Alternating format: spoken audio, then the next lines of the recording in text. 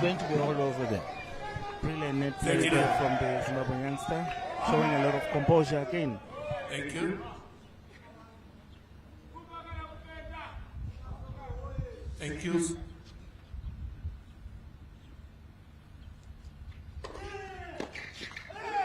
Brilliant serve again from Courtney Martin. Yes, I think that's 3 first serves in a row there. That's what we need. We didn't see that yesterday, but today he's making that serve, and he needs to make the serve for us to stay in this match.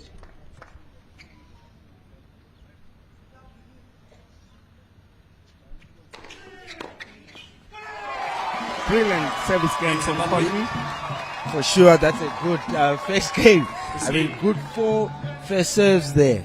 Please, Morale please, as well, you know. please. You are When the player is ready to serve, you have to stop talking. Please, thank you. Brilliant first game from Zim.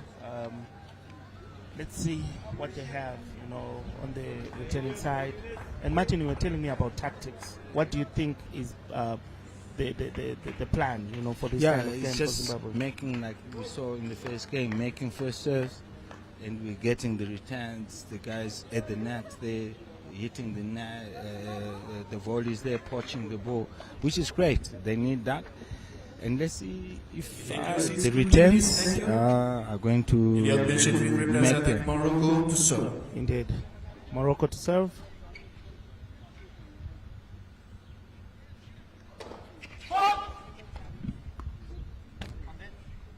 Wait, please.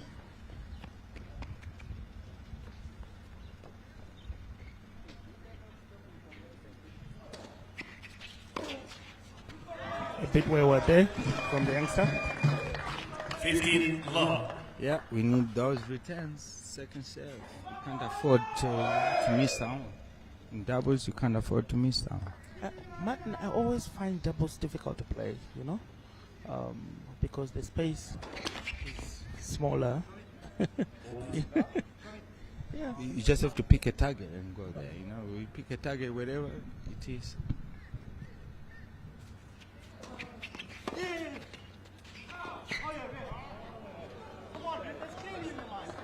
Contested point there. The linesman called out, but Courtney and his partner are going to object.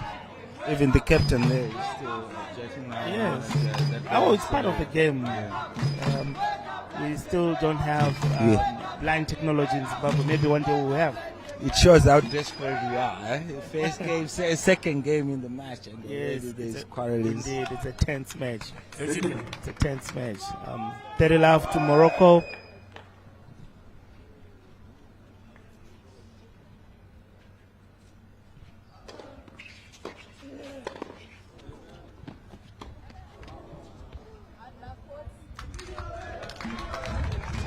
Good effort. Good effort to try to return that. Like what you asked me about tactics there, we have to make returns. They have to get into it, take it on the rise, and they'll be able to play. Put pressure on their serve as well. Yeah. Brilliant service game from the Moroccans. Good way to hold your serve. I like this guy, even yesterday, Moroccans first serve, they're not going full out on the serve, they're just placing that serve. They're not going 90% on the pace. It's 60, 70, but more placement on it. First set, one game's all running on Chelsea serving.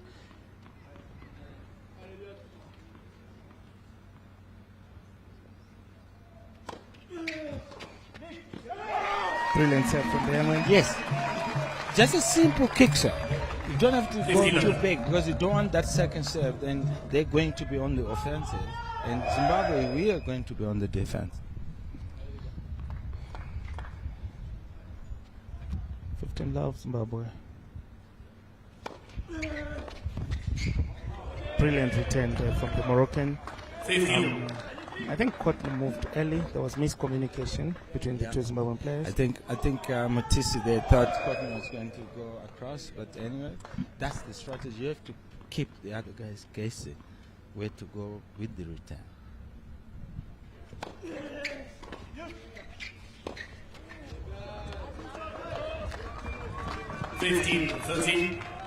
Another unnecessary point drop there. Yeah, unforced error from Roland went there, but it's okay. Good serve. I like the way he's serving. He's not putting himself under pressure. Yes, he didn't make that point, but that's the way to play.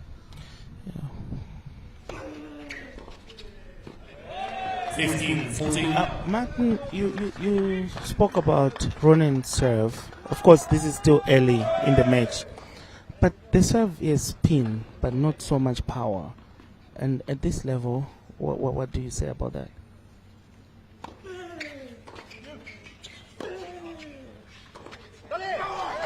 You see, in doubles, you don't want to be missing a lot of first serve. 13, You 14. want to get that first serve in. No matter how slow it is, yes, you might be at their advantage. Yes, these guys, we have time. They're comfortable with this court as well. This court is so slow, so they're happy with it. Like what I was saying from yesterday, they were so happy. The bounces are high, and they're making the time.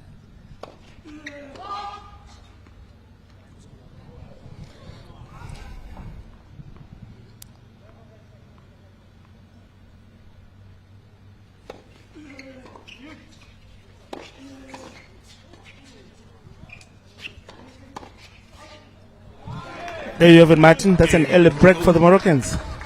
2-1, the first set of this doubles encounter. It's 2 games to 1. See, in doubles, really, you don't want to be blocking so early because then their confidence it gets higher as well, and we are in trouble right now with that break. But this is not playing so badly as we thought that as a junior player.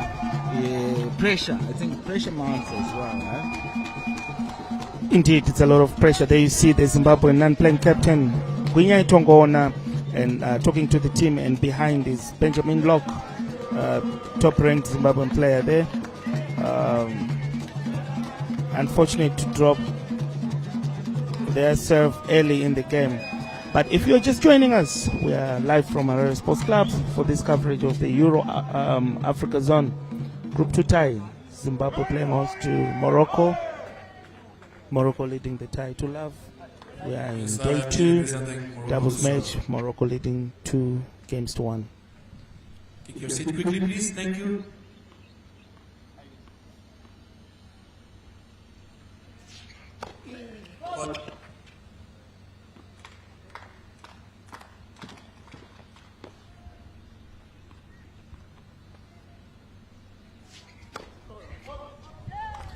First double fault of the match. Yes, you can see. Yes, it's also. I think Zimbabwe here needs to break back early. If we let it go too many games, then we're in trouble. Indeed, Martin, you're talking of breaking back early. Maybe this is the point they need to do that. Put pressure on this serve. But another brilliant serve from the Moroccans there. You see, a lot of kick. There's not much. There's not a lot of pace, but a lot of kick on the serve. That's what you need. First serve in doubles. That's what you need.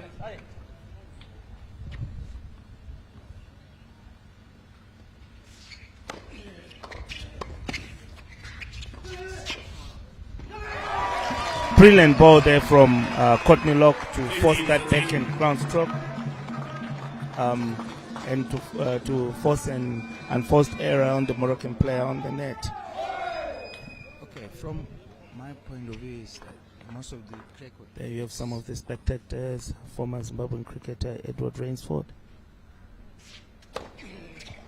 Brilliant serve. That's the first ace of the match. Good serve. I mean, good placement there. You can't do much with it, but a good serve on 15:30. That's a good serve.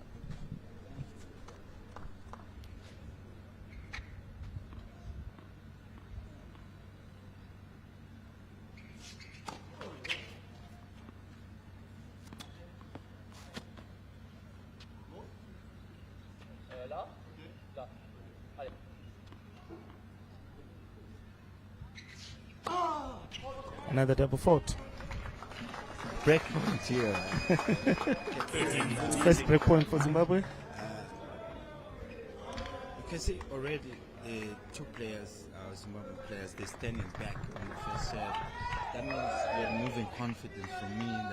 That means my return is not going to be great, and don't need that in this first few games.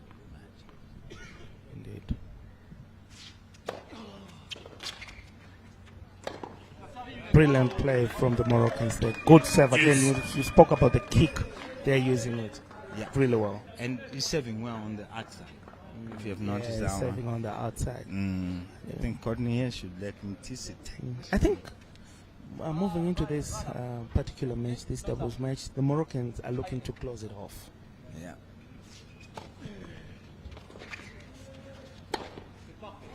Not so good return from the young Zimbabwean. Yeah.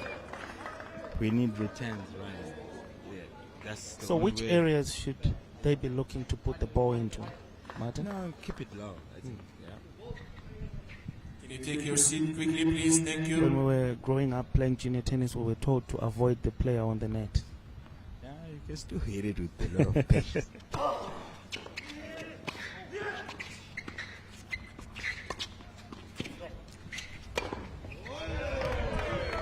Okay, Morocco. Communication, Courtney said, leave it. Morocco needs He 3 should have games left more. now. They have the Moroccan coach, non-playing captain. Razi. Used to play. Did you play against him? No, I didn't play, but he played. I was in that team in Morocco, and he did beat Wayne Black and Byron Black in Morocco. That tie was a big tie. Interesting. There you have Courtney serving.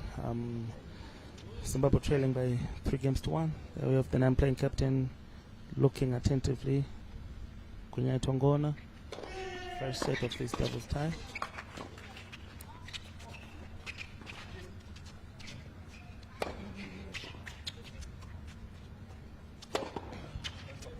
Brilliant play from the Moroccans there. Love Brilliant 15. play. Martin, there's something I've Please noticed. stop doing Ronan some is not yet uniform. confident Please, with thank his you. shots. He wants to make the shot, but he is withholding. What could be going through his mind right now? Because there was a ground stroke there that he hit. You could feel he could have hit it more. Yeah, it's tough, right? You know, you're the man in this match. You're the person. So it is struggling to really do much in this match so far.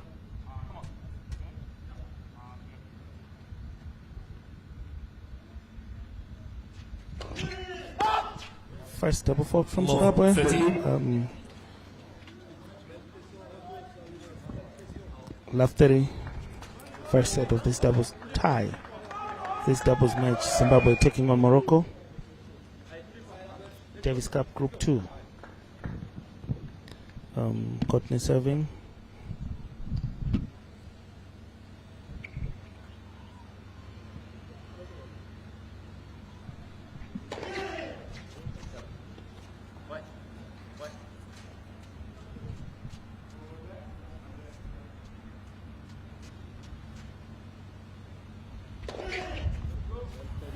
Love 14. Another double fault. Martin? Just pressure from Courtney is necessary. Can you sit down, please? Can you sit down, please? Thank you. He's trying to get impatient, and even you see with his partner, he's being impatient there.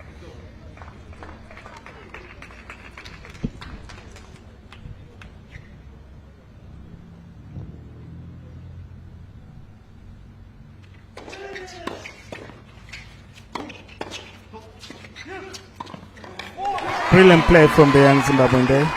Good communication from both players. If you could see the good reflex from Courtney. Yes, there's a return that he gave. Brilliant point. Yes. Moroccans went too hard there. It was a good reflex from him.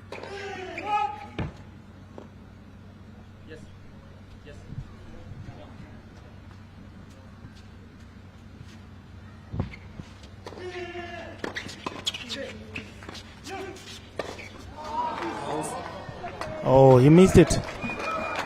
Okay, Morocco.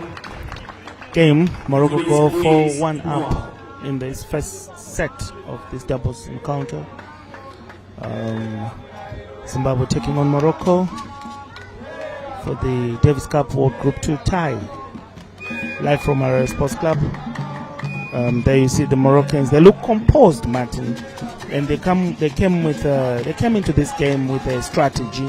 What could be the strategy from your assessment? Like what I said, for both sides, making returns, making serves, making first serves. We had caught him there missing serves. And one of the Double things, faults. two double faults at a Yes, crucial yes, time. yes. When they needed to stay in the match. Yeah, and one of the things that we have also noticed that I've picked so far is how good the Moroccans are at the net. You know, there you see they're so quick, the Moroccans, when it comes to net play. They're getting their confidence. First few games they were missing volleys, but now they're able to make them, and they know.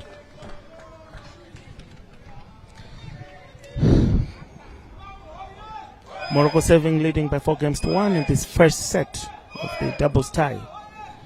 It's Courtney Locke and Ronan Mtisi taking on Eunice, Lalami Larusi and Elliot Beckeret.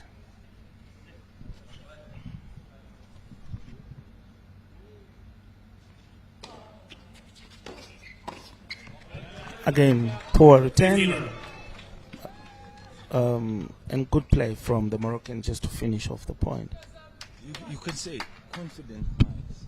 confidence-wise, this is not there. Yeah, maybe being his first Davis Cup tie, it becomes difficult to adjust to this level of play.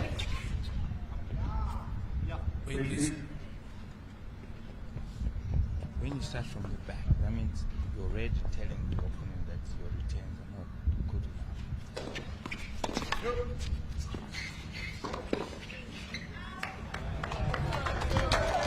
I think you can tell now that the Moroccans are hitting on the young man.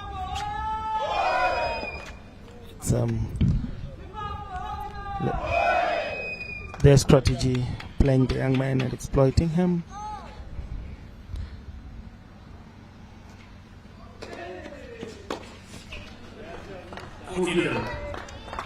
Poor return there from the Zimbabwean player.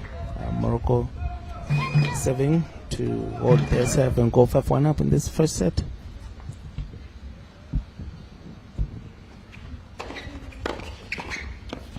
Brilliant placing there, Martin, from the Moroccans. We just spoke about their net play, which is really intact. Yeah, it's part a of their good serve. strategy. It's a good serve. Not a bad return, but the Moroccans were all over the net there. But that's what you need in doubles. Good first serve. If you can serve well, yes. Now we're 2 breaks down. That means Zimbabwe has to come back from that. Yep. Ronan serving. Better serve there. And let me see it from the Moroccan. I don't see the power in the serve. That's what I was talking about. Yeah, but you see, if he's serving to Elliot, the honest truth is, a slow one is even better. Elliot enjoys pace.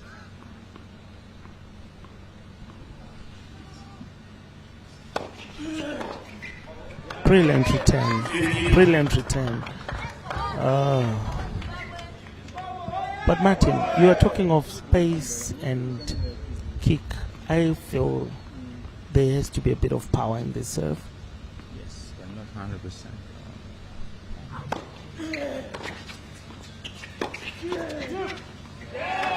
Another brilliant point from the Moroccans there. You can tell they have a plan, they have a strategy, and Obviously, here we have teams, the supporters yes. all the way from Fakose Yeah, getting behind the team. rallying behind their Davis Cup team. Although things are tough here.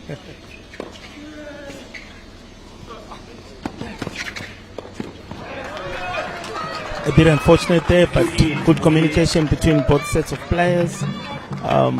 Morocco, Martin, we just spoke about how strong they are with their net play and how they are placing the ball in those areas where they get points. Yes, these guys are making returns.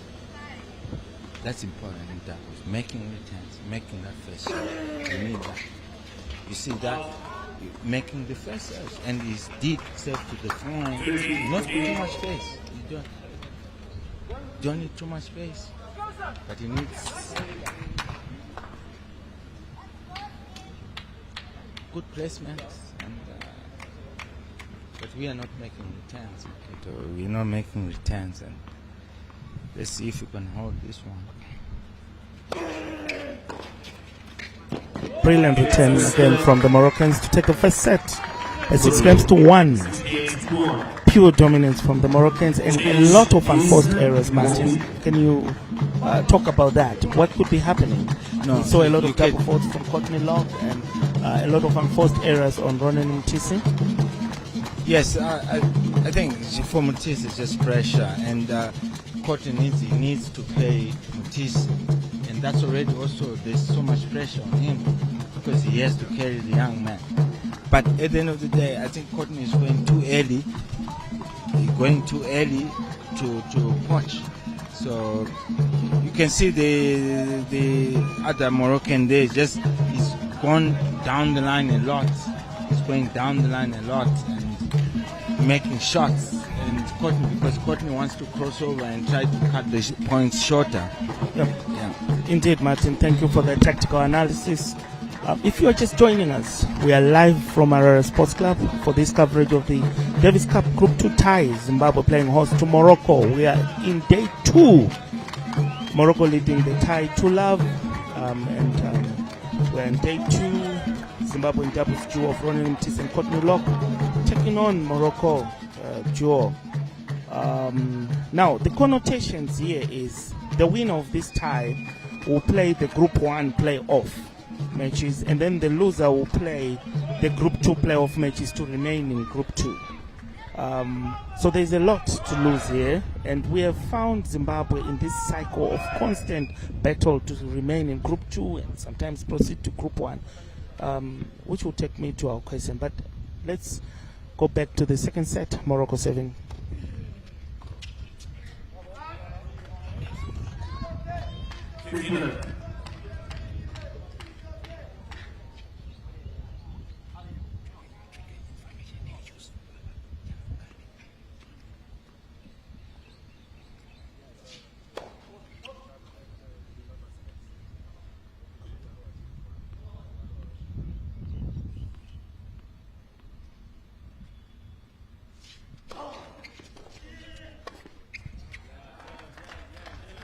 Again, another brilliant set of play from the Moroccans, Martin. Good kick serve. I'm also particularly interested in their singles, because these Moroccans are ranked all in the top 700. It might not be in the top 100, but is it because they are just better than the Zimbabwean duo? No, for now, yes. They have better rankings. But remember, Courtney, Benji, is 300 something in the world. So we had a better chance of making that one.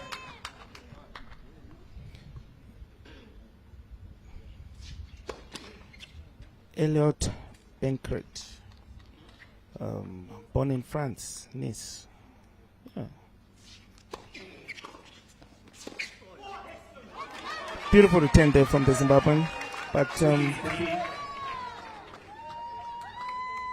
lots of work to do in this second set. Morocco seems more composed. They look more composed and they're communicating well. They're hitting the ball in the right spots.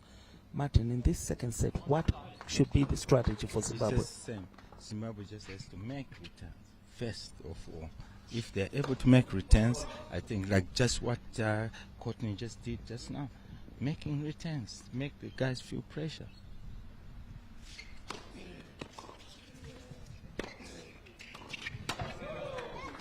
A bit unlucky there, and that's what you spoke about, Martin. Morocco go 1-love in this second set. And again, we are witnessing, I think, Martin, differences of quality in the two sets of players.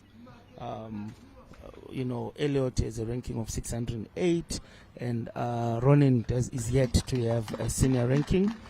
Courtney has a singles ranking of 1,000 and about over 1,000. So there's a huge difference in the quality between the two sets of players. You can see how Roland is struggling there. Courtney 160, 162 in the world doubles. That means he's down. And yes, the partnership. This is the first time for them to play, so obviously there are some loopholes there.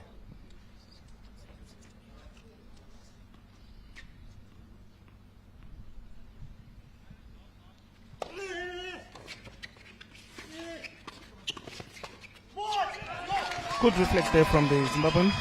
Yes, good hands from Tisi there. But we need good serve. As long as they make the first serve, then these guys won't get so confident in whatever they're doing, whatever the strategy is. But the moment you're coming up with second serves, we are in trouble.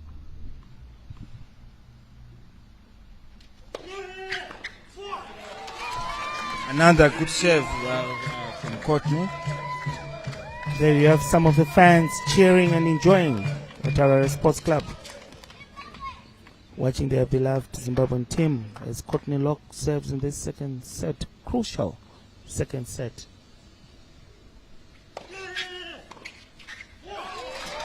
Another first serve. That's what I said at the beginning of this match, that in doubles you just need to make sure that you're making that serve and you're giving pressure. But as long as you're making second serves, then the guys get too much confidence, then you are in trouble.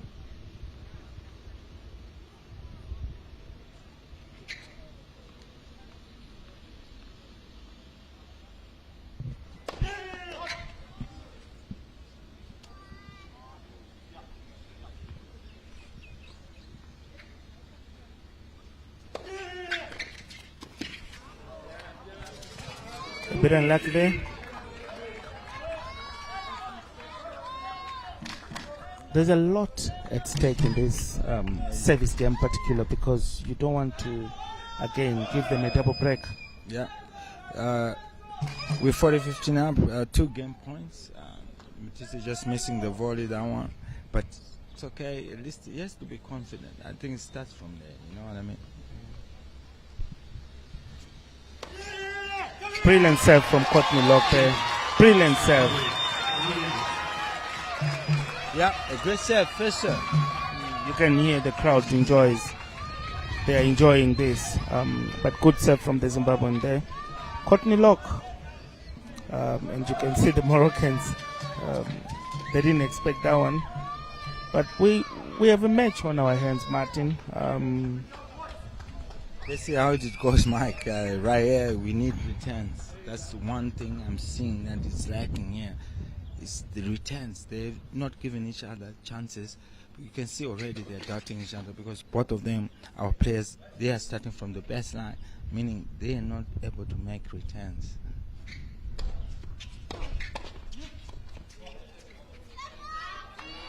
Good play from the Moroccan there. Elliot Bekrit. Good choice of shots. Good placement of the serve as well. Yep. They're enjoying the kick.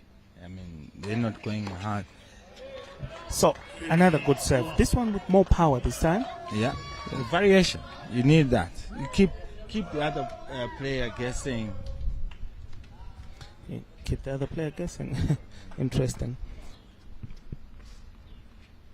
Morocco serving.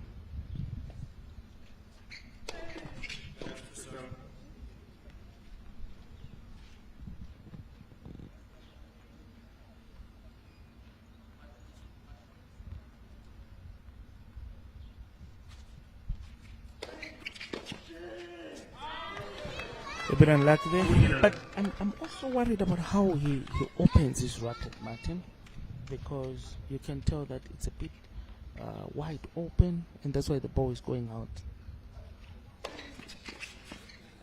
Yeah, maybe good serves from the Moroccans. Yeah,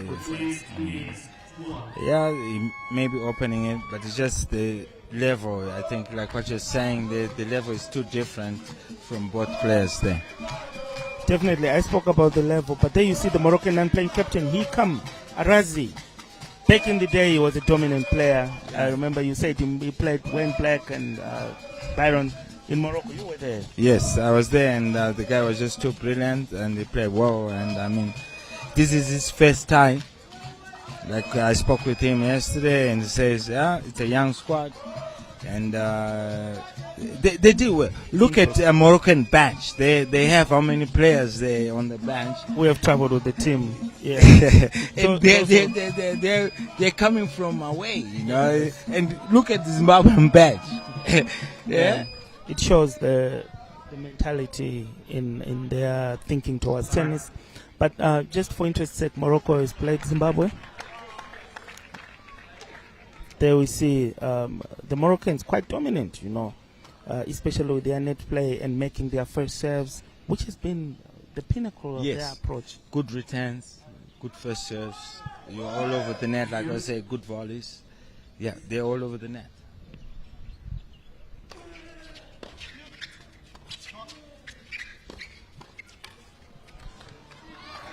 Poor communication there. Ronan should have told Courtney to leave that ball. I think it was going out. Yeah, that was a tough one. Yeah. But like he's a young boy coming in, he can't really say much. So Morocco has played Zimbabwe in 1996, 1992, 1990, and 1986.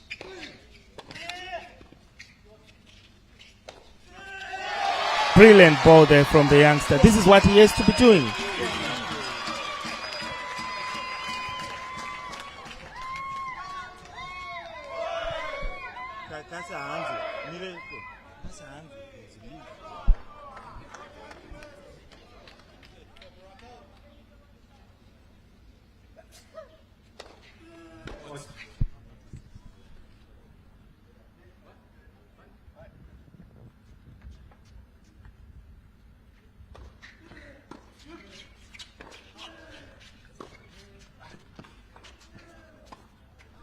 Again, Martin, brilliant play from the Moroccans, opening the court, creating space.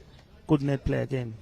When Elliot's forehand, when it goes in, it's got so much spin on it. And you can see our youngsters, even yesterday, they were struggling. Sibanda was struggling to really hit it because it has so much spin. Brilliant serve from the young man. Brilliant serve from the Zimbabwean. There you have the fans enjoying. Roland there, I can see is come on. You know, hey, I cannot still lose my serve because that's where the whole game is.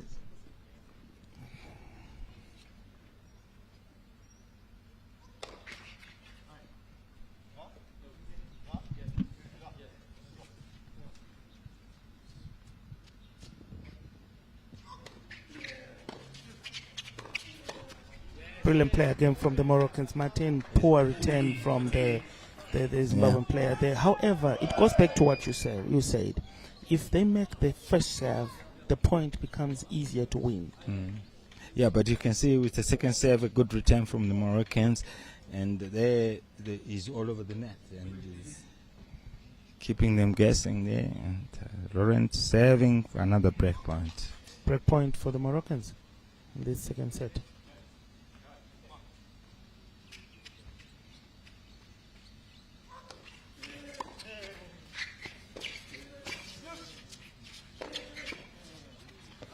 Brilliant play from the Moroccans. What could have gone wrong there, Martin? Yeah, too defensive. You're playing from back. Obviously, these guys, you can see, they're all over the net. So where's the pressure? The pressure is on Zimbabwe's side. So make return, come in. Serve, come in. Yeah, Indeed, that's what we want to see. Yeah, the Moroccans, I also realized they're moving together. You know, when they come to the net, they're coming together. But there we have it, Morocco serving. Leading 3-1 in this second set. There's a lot of doubting each other in this doubles pair. Maybe because this is the first time we expect that.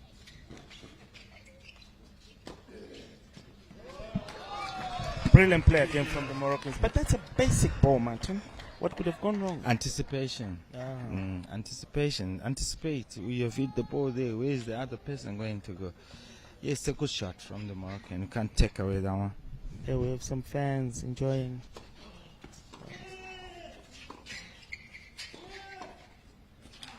Another good net play point from the Moroccans. But Martin, I'm a bit worried about the areas where Courtney and Ronan are playing the ball. because so far what I've seen is it's quite obvious, where they're putting the ball.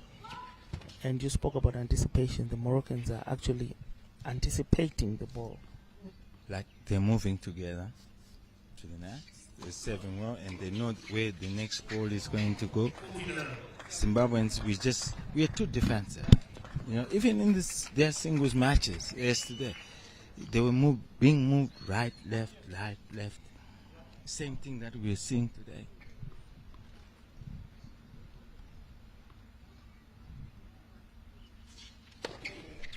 Brilliant serve from the Moroccan there. It's contested. Called out.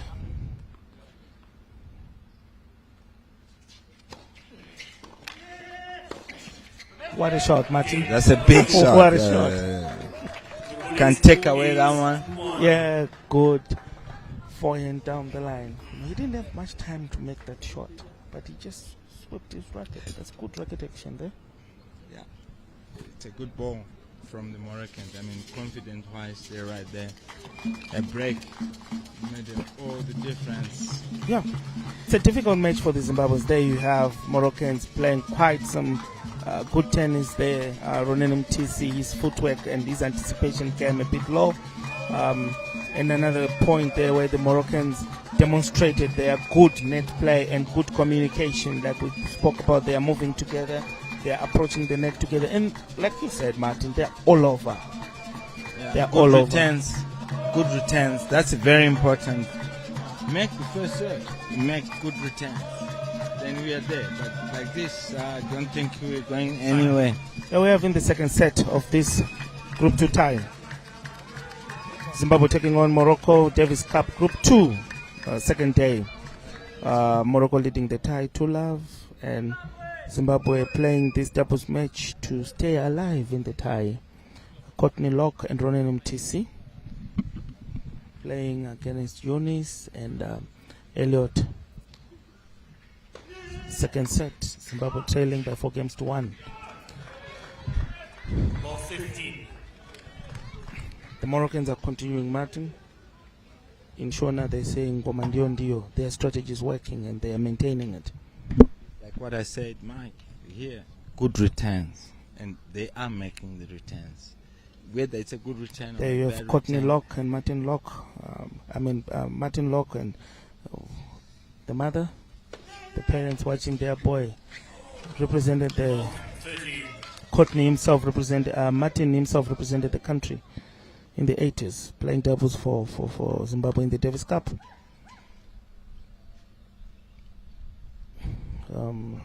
It's a critical point to serve because they're trailing by 4-1. Love 30.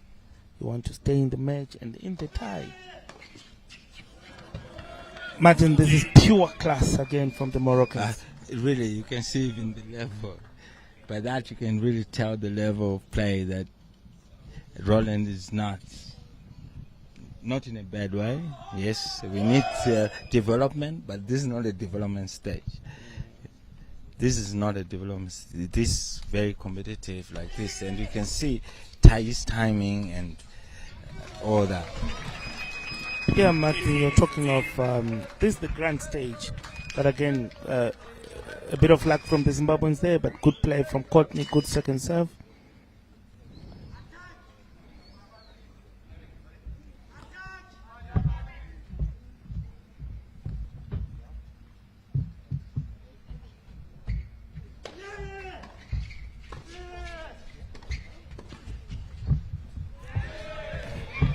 Brilliant play from the Moroccans there, and another loose point from Zimbabwe. Martin, that was in doubles. That was Tisi's ball. Yep. That high, he should have just gone and pushed that one. But anyway, like what you're saying, maybe trying to develop players, but this is not the right time to do this one. So there we have it. Elliot Bankstreet serving to close this matchup. At 5-1 in the second set. Morocco really in the driving seat of this encounter. They look unbothered and wavered at all. 5-1 up 2 breaks. Just go for it. And he's just going to hit it. And it's as if their shot making has improved with the game, you know. No, like you saw that serve. Yeah, brilliant Before, save when again they from the wanted Moroccans. point, he would spin it, slice it, but now he just go full out, and it's working. Because confidence-wise, they're there. Brilliant game from the Moroccans. Serving at 30 love. 40 love. Another loose ball from Ronan. I think the level is just too different. Match point. Like, the levels are just... Like I mentioned, the levels are different. But Morocco serving to win this match and this tie.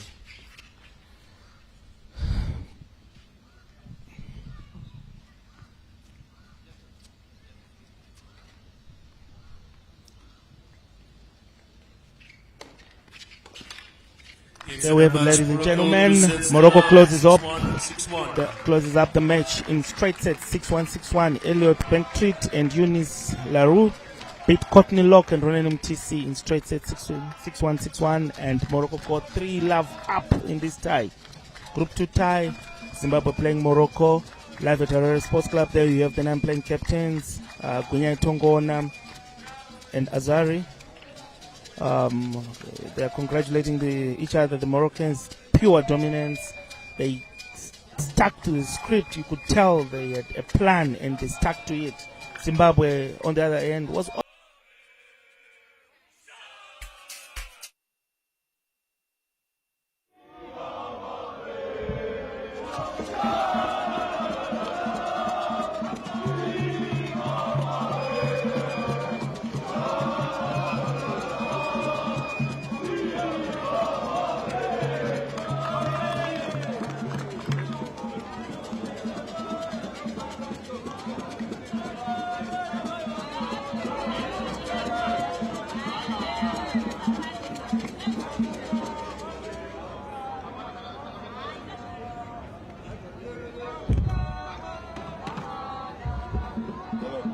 Congratulations. Thank you.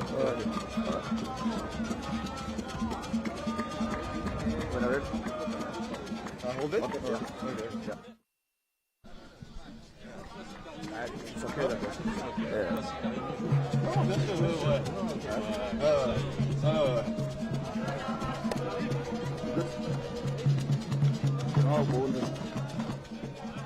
I hold it also? It's okay. Oh, both together? Yeah, it's fine. Good? Non, c'est ok. Toi, tu veux le... Non. C'est toi qui tiens. On fait comme ça ou Ouais. Some continuous subversion. Guys, congratulations. Straight set victory. And of course, it gives you an assailable lead in this Davis Cup tournament. Just take us through the emotions of the match today. Yeah, I mean, was not an easy match at the start. I mean, Courtney is a guy that is playing really good doubles. I mean, with Eunice, we are used to play Davis Cup together. It's not every time an easy moment. But today, yeah, we were really good on court with good emotion, positive emotion, playing every point, and I'm really proud that we could get the 3rd point for our team. And of course, there was a time when you lost the first set, and I'm sure you had to rethink your strategy, or it was just easy sailing for you guys. No, I mean, at the start it was, you know, we go slow, we step by step, but start was they played a little bit, they played some good points, and then we try to find our rhythm, because it's been a long time we didn't play together. So and then it went really well after we found our rhythm and we played way better. So yeah. And it was a good service game as well that you kept your service, and of course winning points from them as well. Was that the pinnacle of your victory today? Yes, once we served well at the right important moments, then we got confidence and we played way better. We played good. Yeah. Yeah. Well done. Yeah. Congratulations. Thank you. Thank you. Thank you very much. Thank you.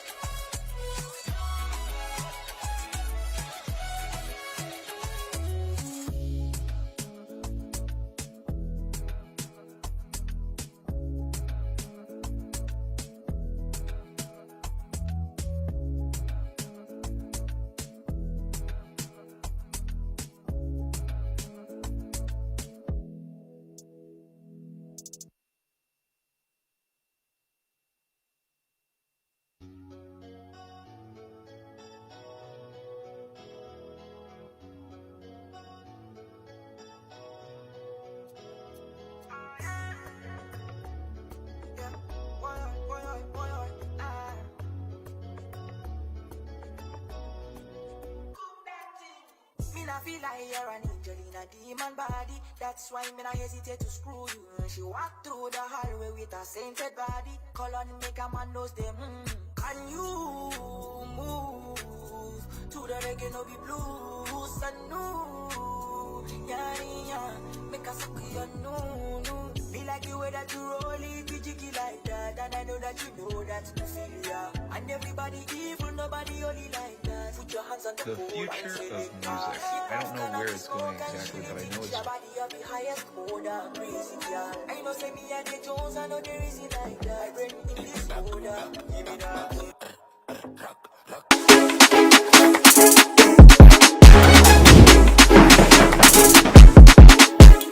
For me, my Zimbabwe is leisure. I don't even think there is any place that I can compare with Zimbabwe when it comes to leisure, beauty in Zimbabwe.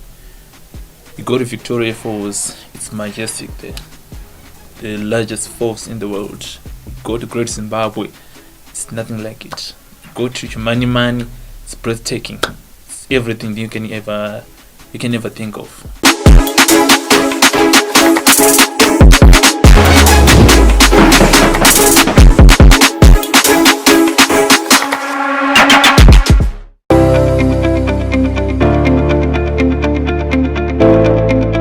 State-of-the-art high-tech Robert Gabriel Mugabe International Airport, complete and open to the public. Zimbabwe, a nation on the rise, where progress meets opportunity. The revamped Beitbridge border post, a gateway to Southern Africa. Beitbridge, where efficiency meets excellence. The crown jewel of Zimbabwe's aviation, Robert Mugabe International Airport, gateway to Zimbabwe, gateway to the world. World-class amenities, seamless travel experiences. Robert Mugabe International Airport, arrive in style. Depart with memories of this great nation, Zimbabwe. Experience the new Zimbabwe. Experience the future.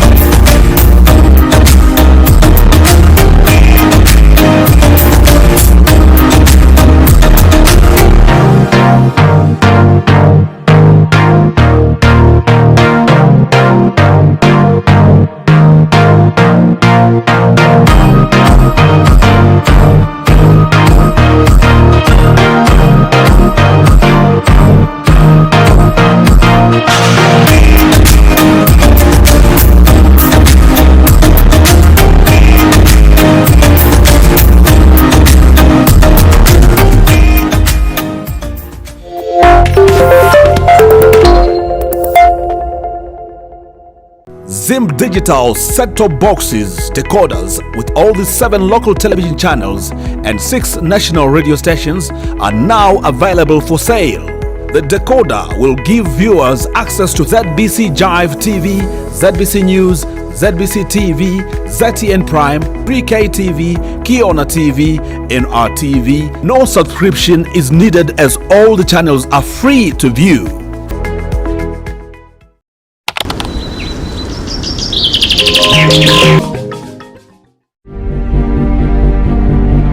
ZBC Current Affairs, thriving for excellence and perfection in setting the agenda, shaping the Zimbabwean story and sustaining the narrative through detailed analysis and discussions, bringing to you polished live coverage of national events. We are ZBC Current Affairs, delivering to you the national budget, live parliamentary debates, independence, Heroes Day and Defense Forces events.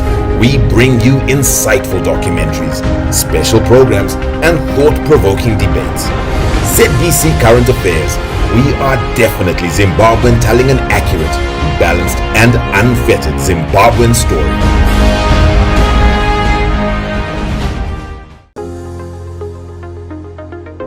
Increased productivity in agriculture for the first time in years. Zimbabwe now in a position to export wheat.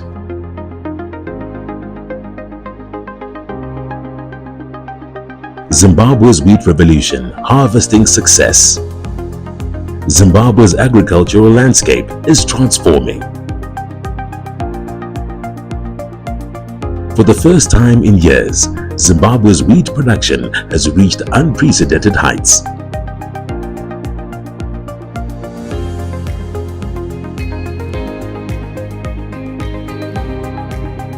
Wheat production up by 300% in Matabeleland North, once considered unsuitable for wheat farming, now thriving.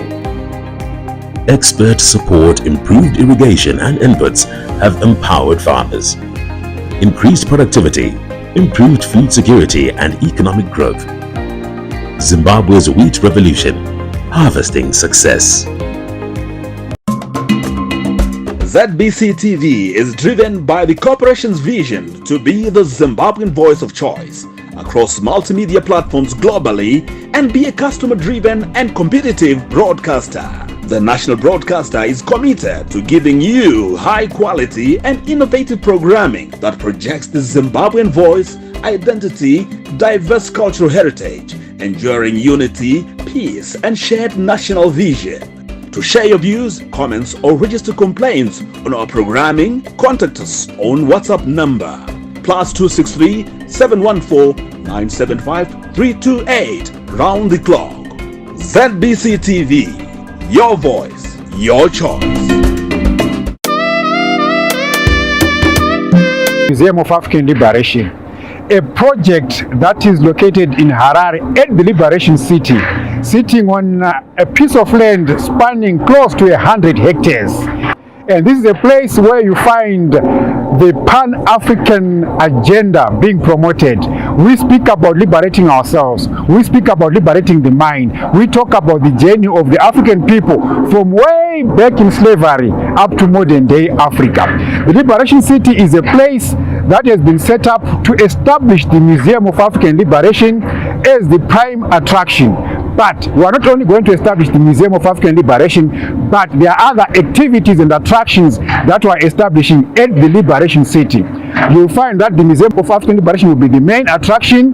There is an amusement center that is coming, a leisure center that is coming, an animal park, as well as where we are today at the Heritage Village. The Heritage Village is a place where Africa meets in Harare to celebrate ourselves as Africans. We talk about African cuisine, we talk about African apparel, we talk about African languages. So the city, the Liberation City, is home to the Heritage Village among many other attractions. And this Liberation City is a concept that was conceived by the Institute of African Knowledge, who are the administrators of this project, and of course through the wisdom and guidance of His Excellency Comrade Emerson Dambudzo Mnangagwa, the President of the Republic of Zimbabwe. Now, what you are seeing happening here, these are works that are meant to spruce up the heritage village and give people an opportunity to come and celebrate themselves as African people. But in the process, this venue has attracted the attention of SADC as a region. Remember, in a few weeks' time, in a few days' time, we are going to host the SADC Summit, the 44th edition of the SADC Summit. We've already established what we are calling the micro museum, because they've started receiving artifacts from different stakeholders, different stories from different people who have participated or have been involved in one way or another in the liberation of the African people. That micro museum is also up for viewing. People can come in and view the artifacts that we have. There's a wide array of artifacts that are collected in the micro museum.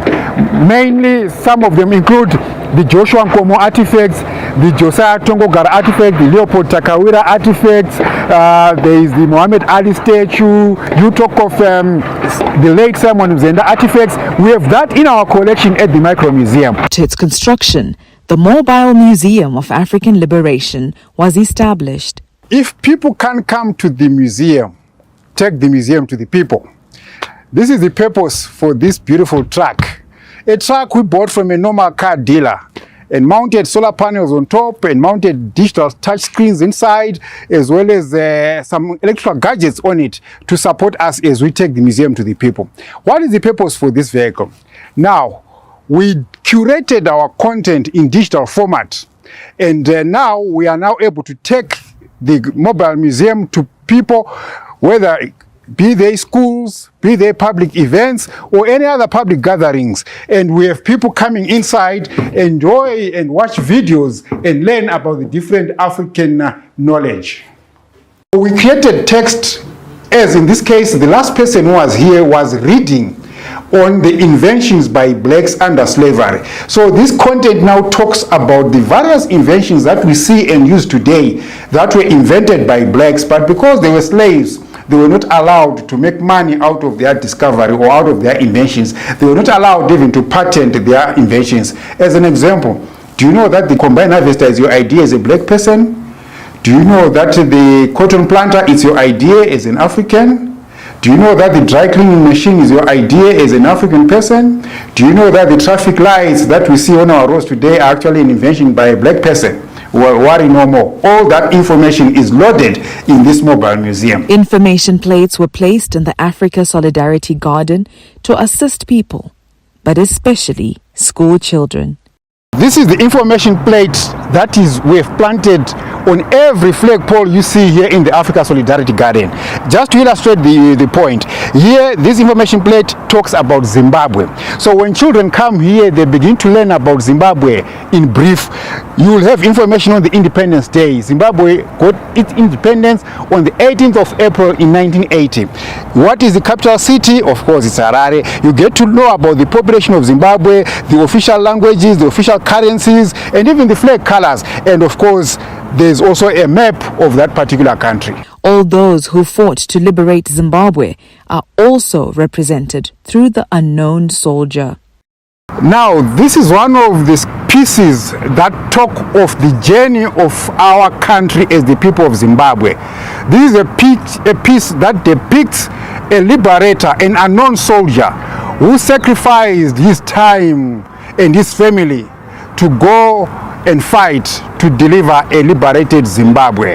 Now, this piece was actually crafted by one of our local artists who we identified their talent, and then he did this piece and the other one, which is of a lady, which now talks of us supporting local artists in producing pieces of such artistry, as well as also empowering our community, which is part of our agenda to make sure we empower our locals in as far as their role and involvement in establishing the Museum of African Liberation. In the African Solidarity Garden, the Mukamba tree was planted. It was planted by President Emerson Mnangagwa. The tree is used for different purposes, from providing shade, food, and also medicinal products. At the Africa Solidarity Garden, The president, and together with ambassadors based in Harare, Zimbabwe, planted the Mukamba tree 5 meters away from their respective national flags. And why did we go for the Mukamba tree? Mukamba tree is one of the indigenous trees that we find in Zimbabwe and within the region. And it's one of our indigenous trees that we take pride in.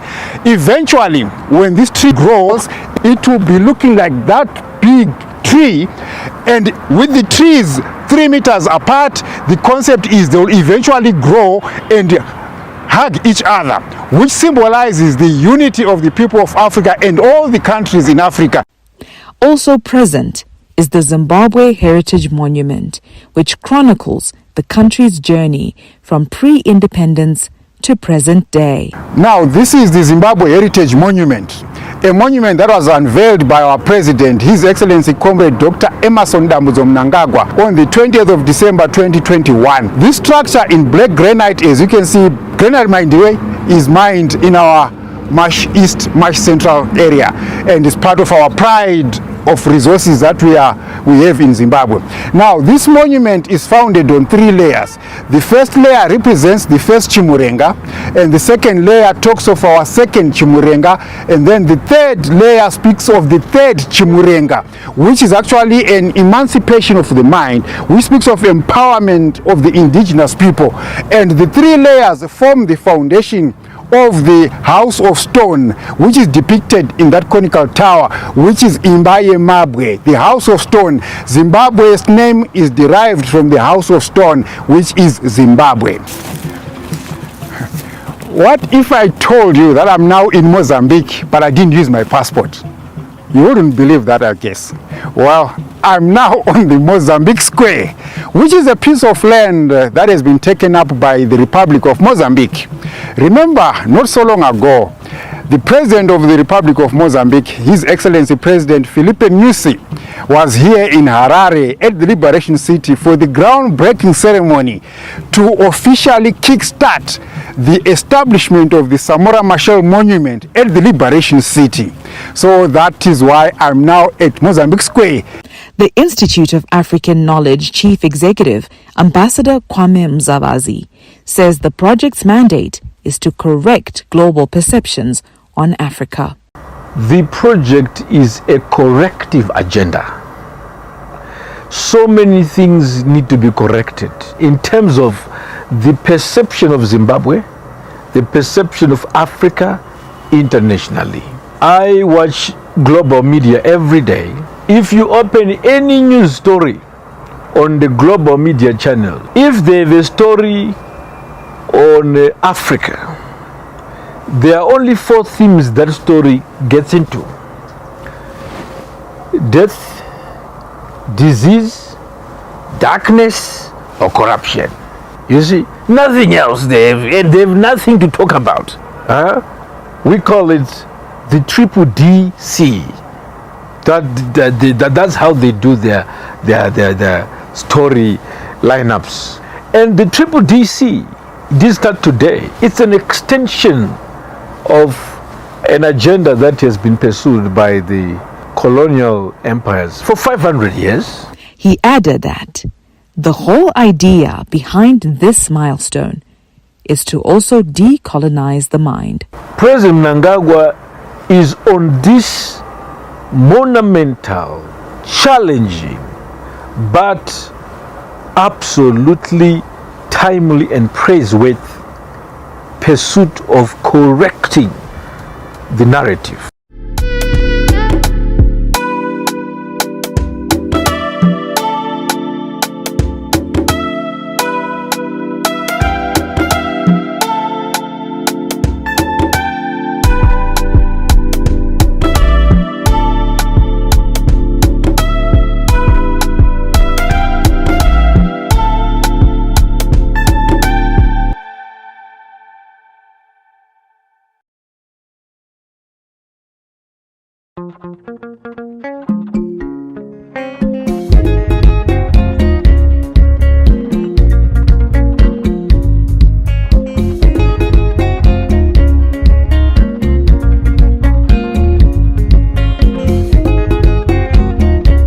Kutonga kwenyu baba Mnangagwa, unonipasa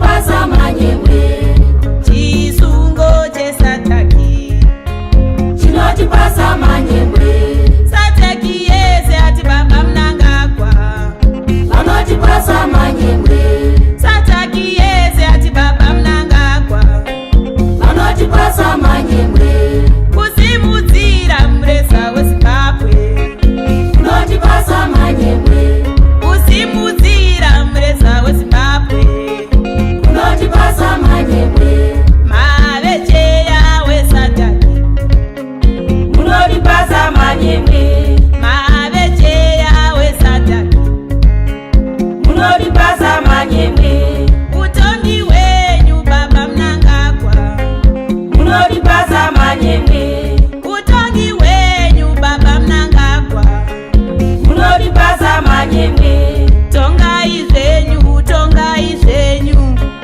unotipasa manyemwe tongai zvenyu tongai zvenyu unotipasa manyemwe kuuya kwenyu nemanifestas unotipasa manyemwe kuuya kwenyu nemanifesta unotipasa manyemwe nyika yese yasimuka unotipasa manyemwe nyika yese yasimuka unotipasa manyemwe baba Mnangagwa baba Mnangagwa vanotipasa manyemwe baba Mnangagwa baba Mnangagwa vanotipasa manyemwe shumba murambwi baba Mnangagwa vanotipasa manyemwe shumba murambwi baba Mnangagwa vanotipasa manyemwe Zimbabwe yacho yodadisa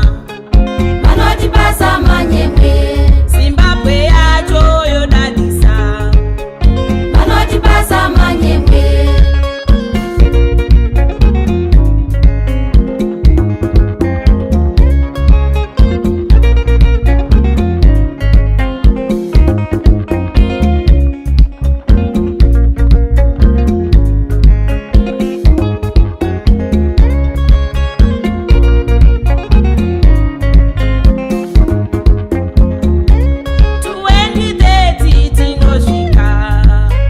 munotipasa manyemwe 2030 tinosvika munotipasa manyemwe baba baba munotipasa manyemwe baba baba munotipasa manyemwe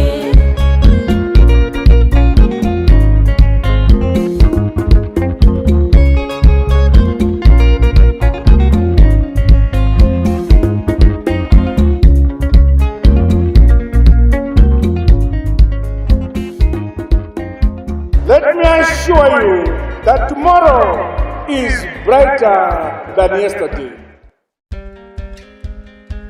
We are living in the borders of Hwange National Park, one of the best parks here in Zimbabwe and around Africa. Most of the people here in our community have never visited the national park, which is just a stone throw away from them. Communities have to know the reason why they should protect these animals. Young people are the future of this country. Young people are the future in the conservation sector. So as an organization, we invest much of our time and our energy in young people. We expose them to opportunities that are around this community. We call professionals in the tourism sector to come and talk with our boys and girls, and we also take them to the national parks.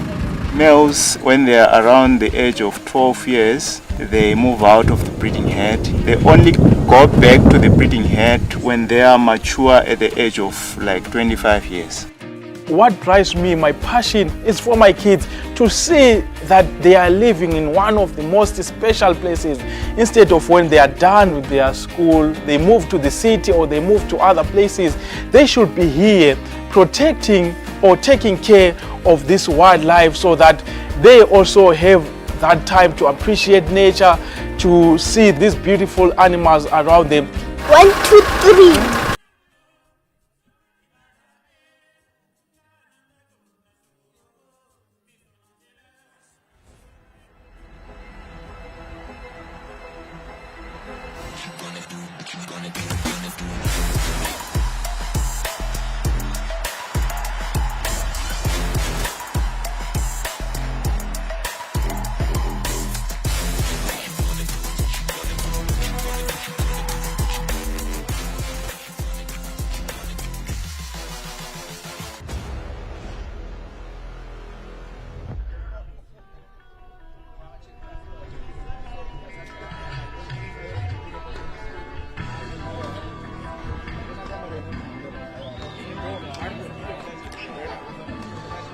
It's a pleasant morning to you once again. Welcome to this coverage of the Group 2 ties. Zimbabwe playing Morocco in this Davis Cup, crucial Davis Cup match, which is already decided. Morocco having won 3-love already. And we are on the fourth rubber. Ronen Mtisi of Zimbabwe, the debutant. 16 years, turning 17 this year. Playing against the young Moroccan.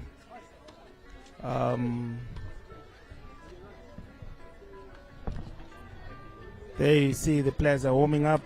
The young Zimbabwean player, this is his first Davis Cup. So much to talk about in this game, in this tie, and in so much to talk about on the future of tennis in Zimbabwe. But well, we have a lot to talk about. Ronen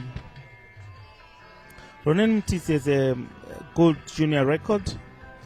I think he's one to build the future around.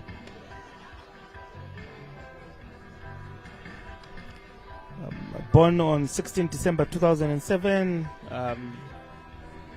Promising young player indeed. With me in the comment box is Martin Zua. And the Moroccan player we have is Karim Benani. Born on 3 September 2007 with a singles ranking of 1,170. Still playing the Futures tournament.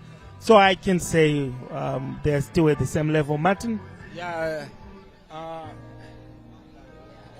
think he did well at Australian Open. We got to the second round, I think. But yeah, they know each other.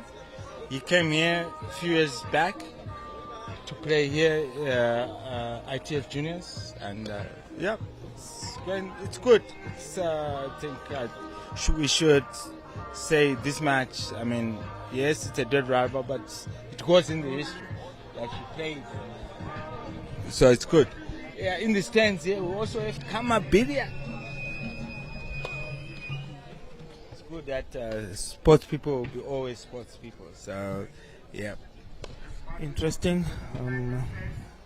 If you're joining us for the first time, welcome to Harare Sports Club for the live coverage of this Davis Cup Group 2 ties. Zimbabwe taking Morocco. Morocco leading by 3-0. They've already won the tie. And we are on the fourth rubber. Ronen Mtisi of Zimbabwe, the youngster, the debutant, playing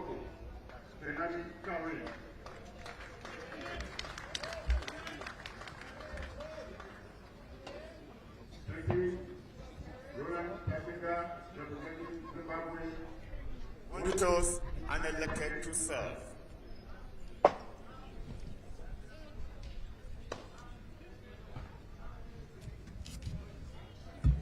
One minute.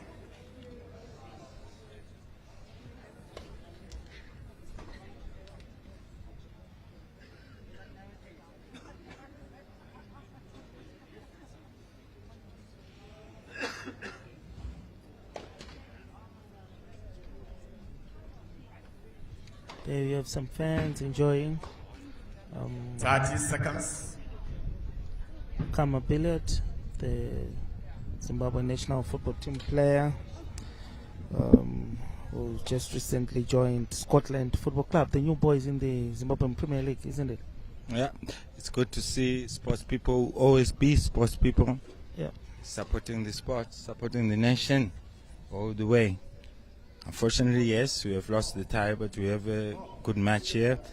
Yeah, to maintain the spirit of tennis, we might have lost, but we still hold our heads high. After all, we're in Group 2. We're still going to battle it out to remain in Group 2 in the playoffs sometime in September. But there we have the confirmation. Morocco currently leading 3-love. And earlier this morning, Courtney Locke and Ronen Mtisi lost to the Moroccan duo. 6-1, 6-1. That was a huge defeat, but that only signified the Moroccan win. There we have the war cry from the Zimbabwean supporters. As we start this fourth rubber, Ronen Mtisi of Zimbabwe playing his first singles match in the Davis Cup. Quite a long career ahead of him.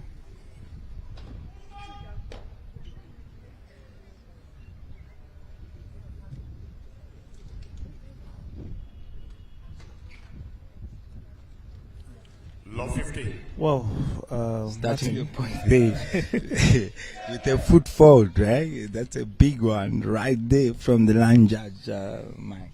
Yeah, you know, being caught foot fault on your first serve, it's difficult, man.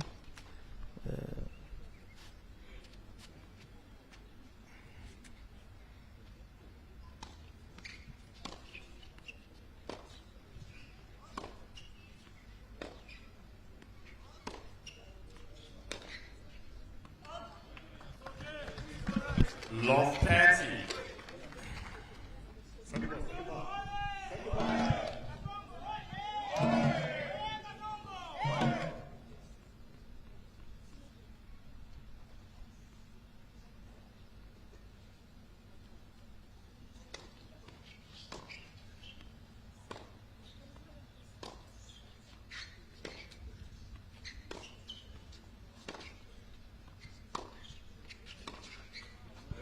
Okay, from the start of this match, you can see who's detecting the play right here. You can see the points already, that the Moroccan is already in charge of the points.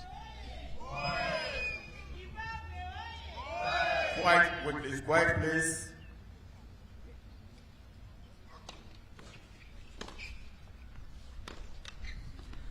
Whoops. Game. Another brilliant return of serve. Martin, this is not impressive at all. At this level of tennis, we don't expect such mistakes. Yeah, but you're developing tennis at the highest level. Yeah. This is not a development stage at all. So for me, technically, I would say, where is the Opens? Where is the Zimbabwean Open? That's where it starts. Where is the Harare Open, Bulawayo Open, Mtare Open? Yeah.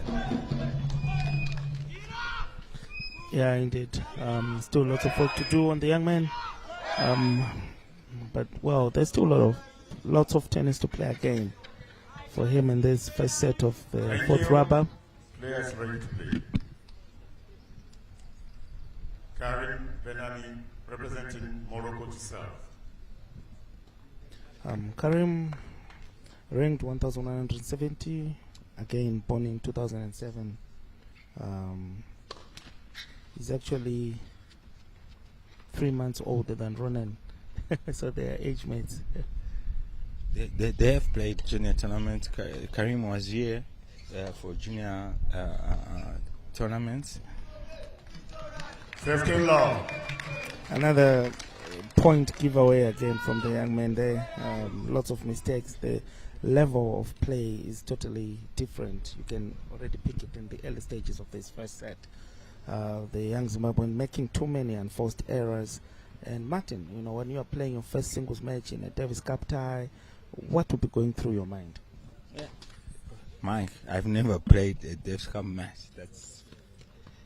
But I've been in the Davis Cup team, and you have to earn it to be in the team. I think now we're having a situation whereby these guys are just picking players from nowhere. You know what I mean? So at the end of it, that's a difficult one. That's a good point.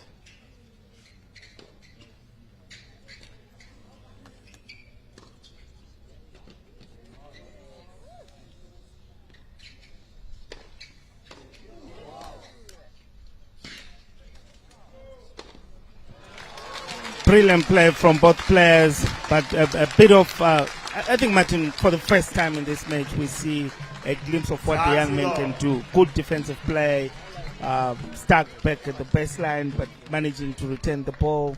Eventually the Moroccan won, but good signs there. Like what you're saying, they are both age mates.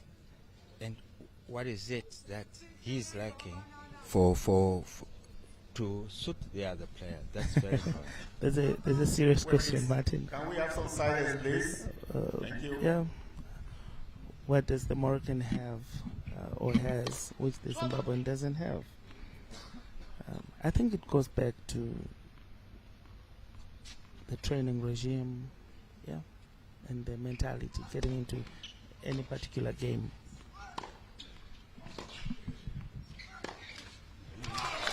Like what you're saying, I mean, at the end of the day, you could see that, yes, I'm not saying this is a bad player, no, but what are the association doing to develop? They know they've nurtured their future, but what are they doing to improve these boys' tennis? Yeah, indeed, Martin. Of course, we've been in the building period for more than 20 years now, but yeah. First double fault from the Moroccan. I think we need to talk more about developing, yes? This is not a development, but what happens for him, you'll find that for the Moroccan, after this he's going for futures or something like this, but for a Zimbabwean he's going to go back home and there's nothing, and you're not even trying to help the boy out to develop the game. Indeed, valid points there, Martin. Another good return of serve from the Zimbabwean. First break point of the match.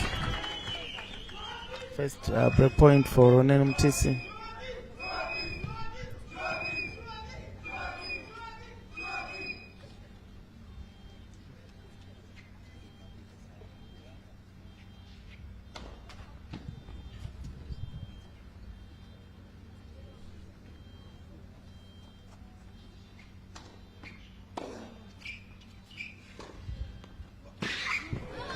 Brilliant ball there, but there's a good stretch, good choice of shot and positioning for the Moroccan there. You could tell the young Zimbabwean struggled with his footwork, to get to that ball.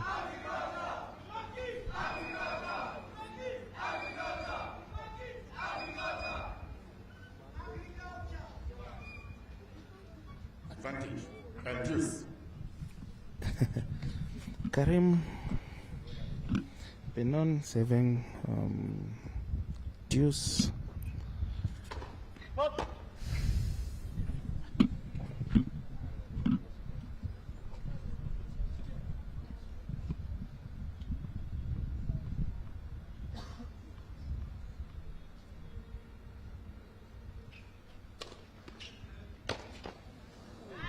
Another miss hit from the young Zimbabwean Martin at a crucial point.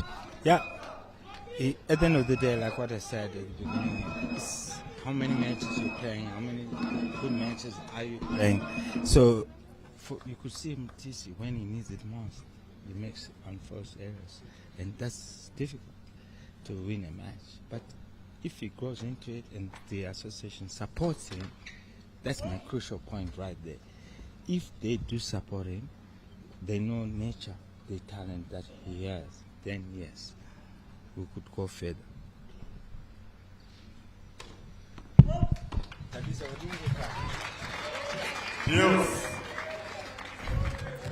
Deuce, another double fault from the Moroccan. Yes, Martin, you're talking about the development. Usually Davis Cup, it's the players you see at this kind of level, it's usually an investment of the association over time, nurturing players, giving them exposure. It's something I would learn. There we have our chair umpire from Nigeria. Brilliant serve from the Moroccan. He's been doing this so far early in this game, where if he loses the point, the next point he throws in a very good serve. Like what I was saying, these guys are not hitting that serve. They're going 60-70% pace, and they're making that serve. And very importantly, look at where Roland is standing at the moment. He just has to kick it. It's too far. It's too far. Starting defense. Game Morocco. Morocco leads 2 games to love.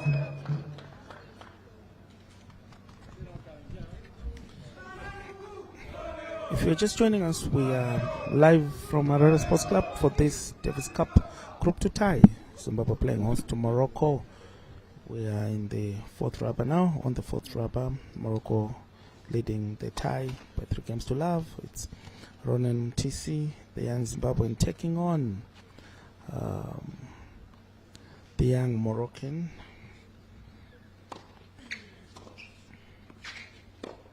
Karim Benani.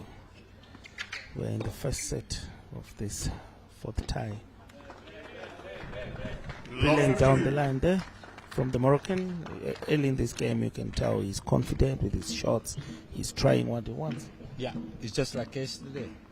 They are detecting the play. They are hitting everything. They're going for everything and all that. For fourth, they're being called by the line judge. That's the second one.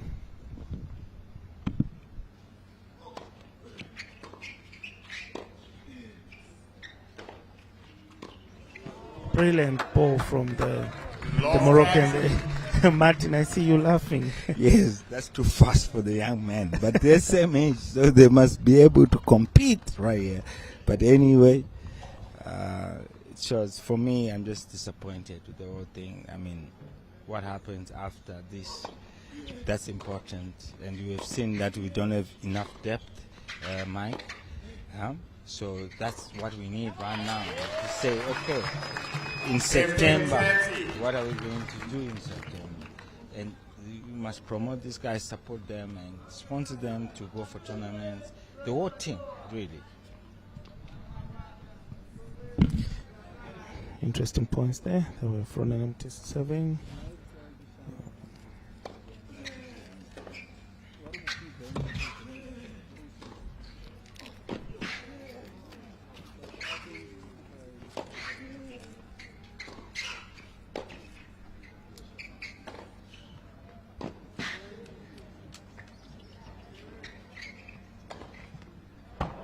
Brilliant play there from the young Moroccan. Good choice of shots, getting his opponent under pressure every time and moving the ball around the court. That's good tennis, Martin. Yes. But who is in charge here? The Moroccan. The Moroccan, young Ronan Mtisi, experiencing a baptism of fire on his first Davis Cup tie. But I'm happy with his overall performance. Like the question you have raised, that what's next after this? These youngsters are being exposed. There has to be more investment in their tennis. There we have it. The confirmation: Morocco leads by 3-0 in this first set of the fourth rubber. Another foot fault, man, being called by the line judge. Yes, it shows how the atmosphere is. It's, yes, a baptism of fire, like what you said, but I expected better. Look at that forehand. Huge shot for the young man. He found himself stuck with the ball in the corner there. And another ball. The Moroccan has been trying his shots, going all out, moving into the ball, while we have the young Zimbabweans stuck back at the baseline. Like what I said, I think the court, technically, the court favors Morocco. And they did the best job, I would say that one. Martin, I get you, but how can the court favor Moroccans when the court is in Zimbabwe, in Harare? We have these players. Didn't they have enough time to prepare? No, they did not have, but it's slow. At the end of the day, it's so slow that they're comfortable. When you play a lot of tennis on clay court, this is what you want. Yeah. Some of the fans enjoying taking photos and videos and selfies, having the best time, watching Zimbabwe taking on Morocco, live from Harare Sports Club, Davis Cup, the World Cup of Tennis. Group 2 tie. We're in the fourth rubber. It's the Moroccan Karim Benani serving, leading by 3-0, playing against Ronan Mtisi.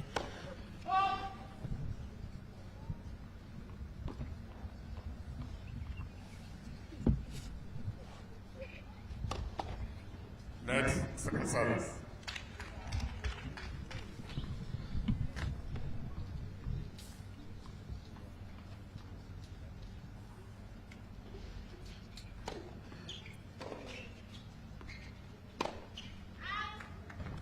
He missed it there. But you can tell his motive and his intent.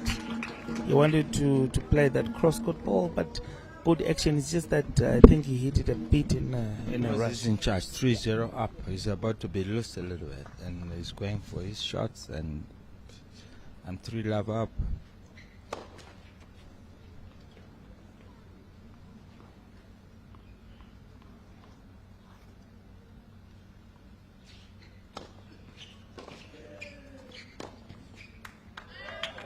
Good return from the young man. Good backhand return. Still, it's just a break. He needs to break back. So, Martin, tactically, what should be on the young Zimbabwean's mind? What should he focus on? He has to be aggressive. These guys are comfortable. When you play from the back, they obviously overheat you, or second shot, they'll put it away. Yes, he's missing, but you can see, like what you said, Love 40.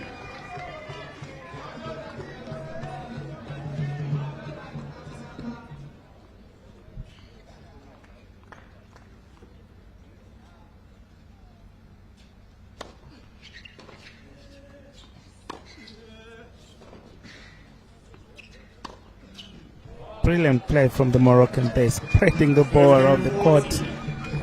You can tell Ronan did not have any kind of chance to get to that ball.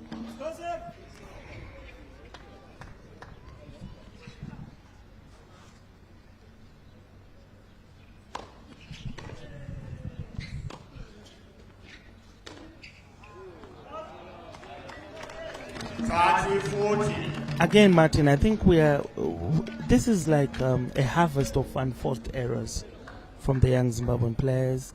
He's killing himself, losing points, basic points, because that's a basic return, a basic save needs a basic return. Nothing, straight from the book. You just return the ball, you keep the ball in play. Another one. This is too erratic. Yep.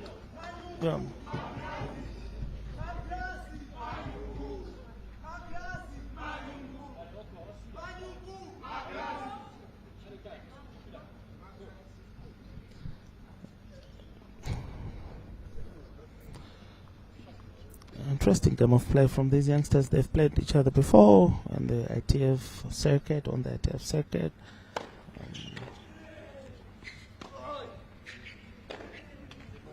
Another enforced error from the Zimbabwean. Just shows the level of play.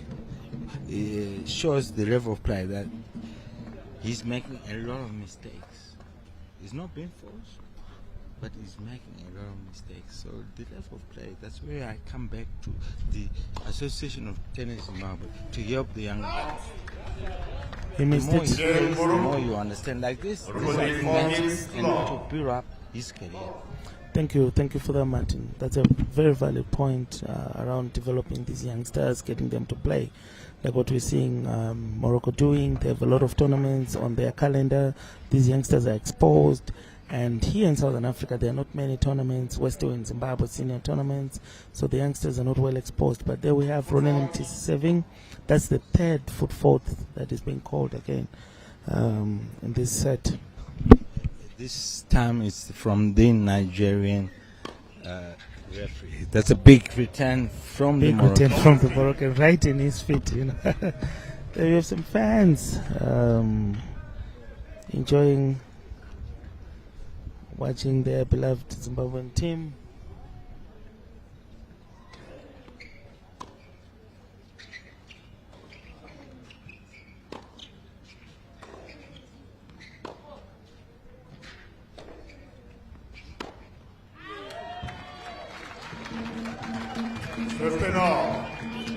A lot of defensive play there from the young Zimbabwean. He likes to stick behind the baseline there. I think for this kind of match, he also has to go for the ball, get into the court, move into other areas.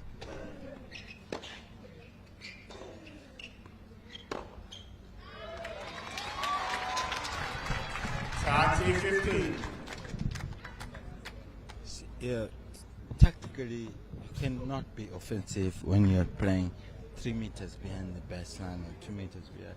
You can't. Take it on the rise. And he's not maybe he's not being given that opportunity to do. Yeah, maybe he's not getting, because the moment he wants to get comfortable, then a huge ball comes. It's only the great Rafael Nadal, the bull of Monaco, who has managed to turn defense into attack right from the baseline, you know. Yeah. He usually does that on clay, but Good. Zimbabwe.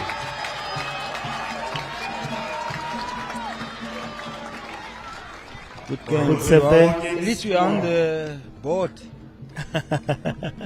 Yeah, good hold there for the young Zimbabwean, still trailing by 2 games to 1. There we see the young Moroccan making an enforced error there, but generally it's quite a dominant performance from the Moroccan, keeping his Zimbabwean opponent under pressure, always on the move. These youngsters have played each other a couple of times before on the ITF junior circuit, so they know each other. And most of the times they've played, it's the Moroccan Benan who has been winning most of the Karim Benan who has won most of the encounters. But you can tell the power from the Moroccans' strokes, the power that is coming out of his strokes, and good spacing there.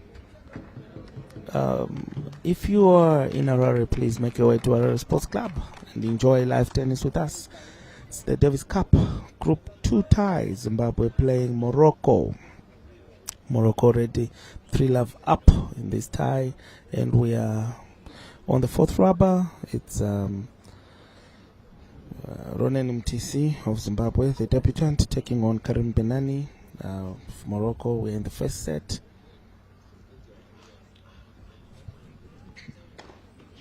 The Moroccan leading by 4 games to 1.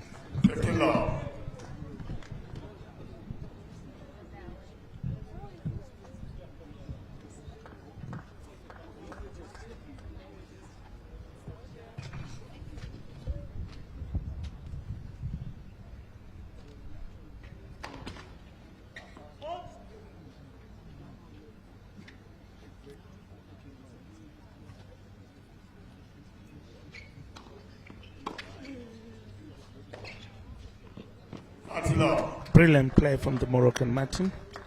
Good serve, good second serve, waiting for the return, placing it really well. Yeah, we saw this yesterday, Mike. Good serve, not 100% power, but good serve, second ball. That's where the tennis starts. That second ball, the way you play that second ball, that's where it starts. And they've been doing it pretty well. They make sure they serve well and they play open court the next shot. Yeah, you're right. That's poor shot making from the Zimbabwean there. 2 men enforced errors. Lots of points donated. The Moroccan serving.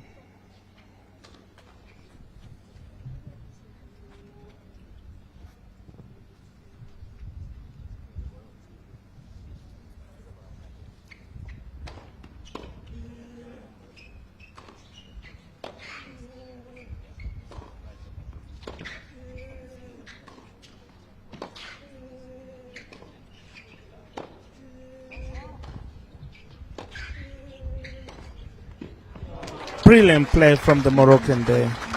You can tell Martin, he's comfortable with his tennis, you know. You know, to corner to corner. Spreading the ball around the court, you know. Typical Novak Djokovic style of play, you know, which wears you off. You're constantly on the move. You're being spread around the court. But brilliant tennis from the Moroccan. But again, we are seeing some glimpses from the young Zimbabwean.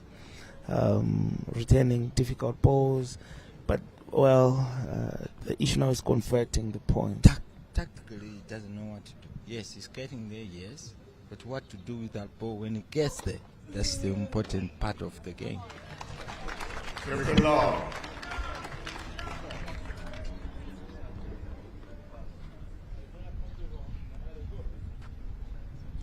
And it's unfortunate that in this first set, Ronan has only managed to hold his serve once. You know.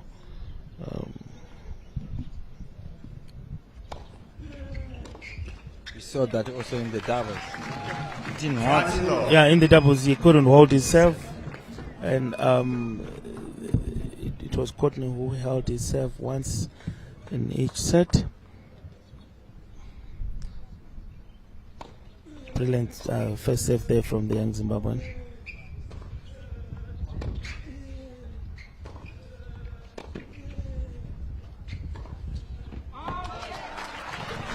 But I think, Martin, what we're seeing here is this young player is more defensive. I would like to see him go for the ball, you know, be more aggressive, dictate the pace of the game, because so far what we've seen is he's just stuck at the back. Yeah, I think that's his type of play. He's quite good endurance, good speed. But at this level, you cannot only have that. You have to have something better, because everybody these days can hit and get there. Everybody's fit enough to get there. So you have to have a weapon. Playing from 3 meters behind the baseline like that is not going to be offensive.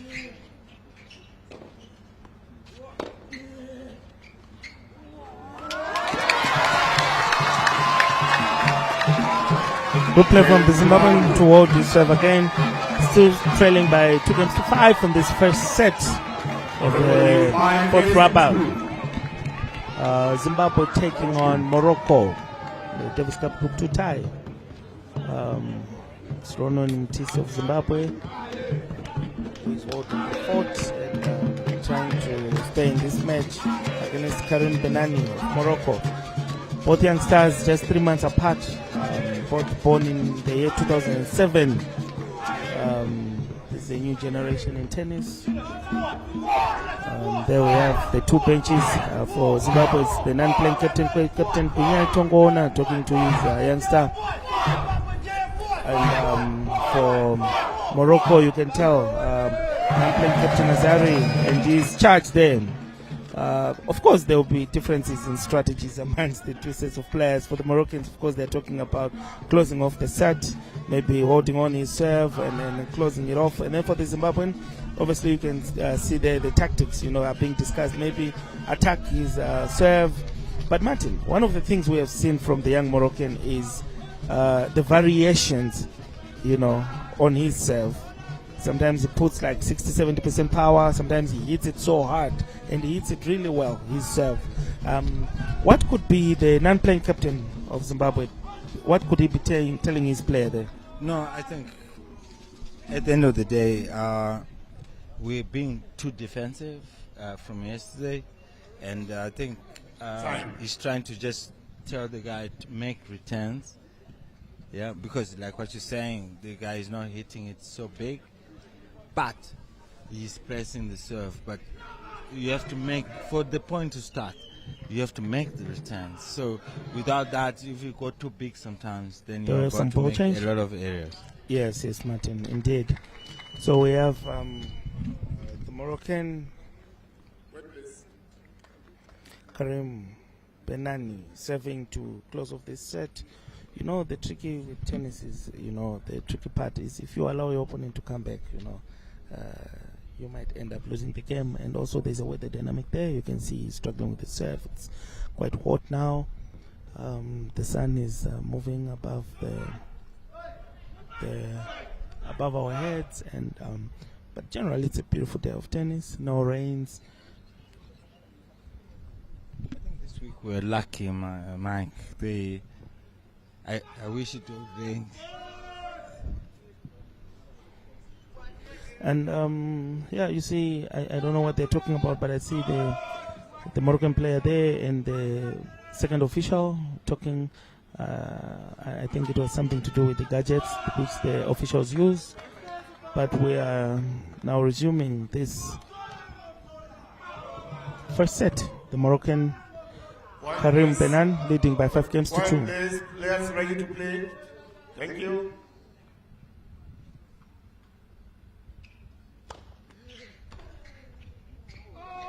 Another good serve. 15 love. Yeah, good serve from the Moroccan. Good placement. Yeah.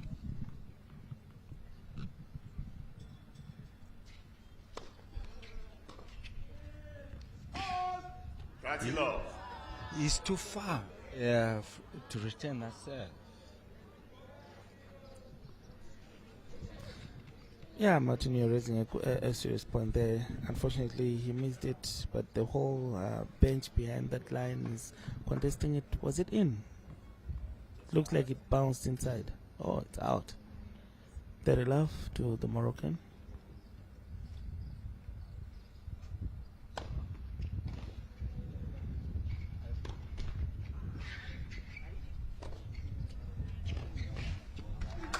Brilliant ball there from the young Zimbabwean. This is what he should be doing more, going for the ball. Instead, he's stuck at the back. You know, when you choose to play defensive, you are always on the receiving end. You know, you don't get the chance to hit your choice of shots. You know, you just have to defend.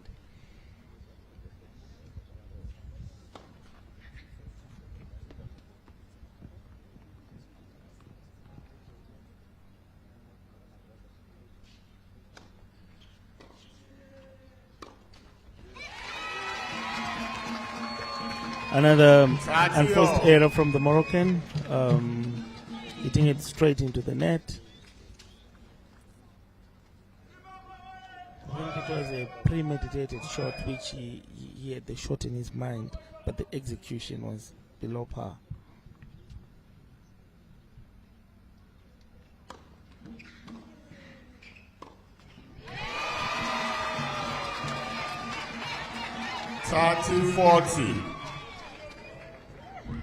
Good return there from the Zimbabwean. Until the end of the points before you make any comments. Thank you. Another break point.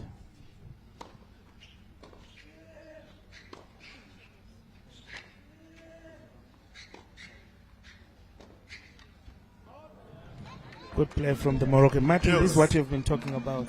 That point is just too heavy for him and they cannot manage it. But I think it's there. It's not really too bad, Mike, that take off the young man, but we need to explain to big tournaments.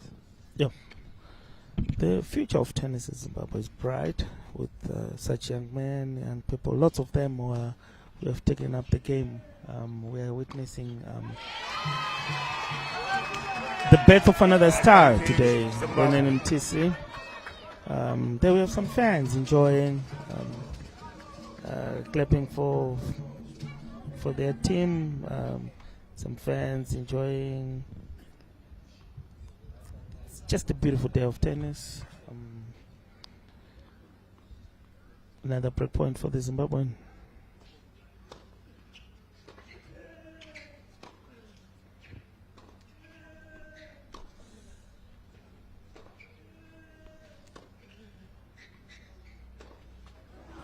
An unforced error at a crucial time. Yes.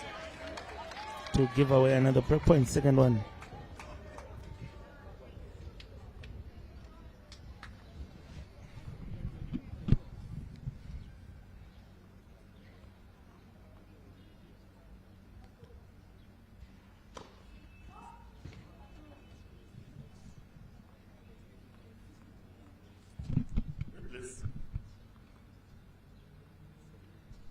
I think everybody has to start from somewhere. So it's good for him. He knows what is expected of him to be the next number one in the country. Indeed, Martin. At least this exposure, this level is good for him. There we have Karim Benani serving for the set. Kama Billiard and Hamilton Masakadza, the former international cricketer and the former cricket official as well. He's now into management, doing well in that field. having a chat with Kamabilek. But Martin, where does cricket and football meet? Sportsman will be always a sports person. Okay. I watch cricket, I watch Yep, football, yeah, and yeah. I enjoy that one. So on your spare time, why not support your fellow Zimbabwean sports person? Definitely, at the end of the day, we are all Zimbabweans and we love our country.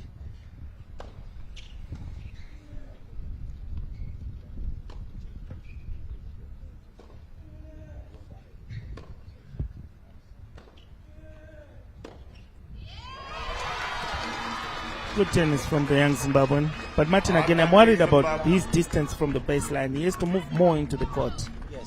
Yep. Now you're like praying that he has to make a mistake. Otherwise, you're not going to do much from When the you are back from there. the back. Unless you are Rafael Nadal. Yes.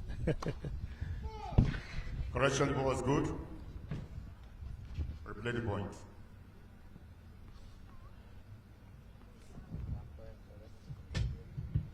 Yeah, we really have those here.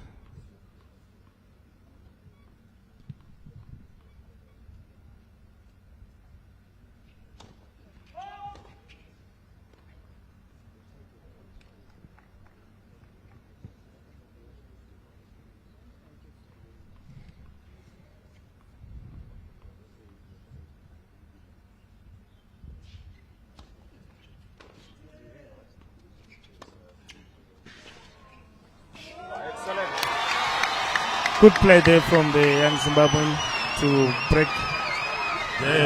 Still trailing by 3-5. But good piece of tennis from him. Although, Martin, I still want him to go for the ball. He's just praying for mistakes. He's not doing much to hit the guy. So, yeah.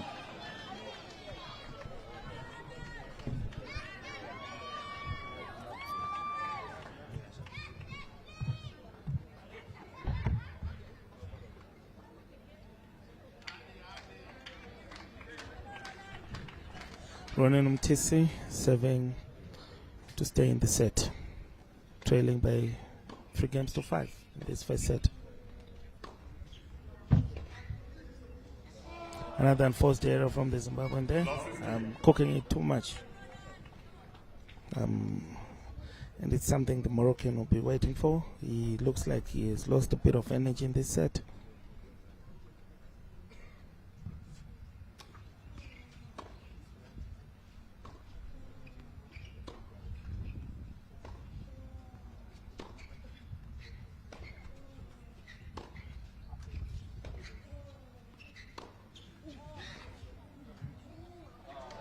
Brilliant play there from the young Moroccan. Powerful ground stroke there, forehand ground stroke to force an error from his opponent. And there we have the Moroccan bench enjoying every moment of it. The non-playing captain rallying behind his charge there.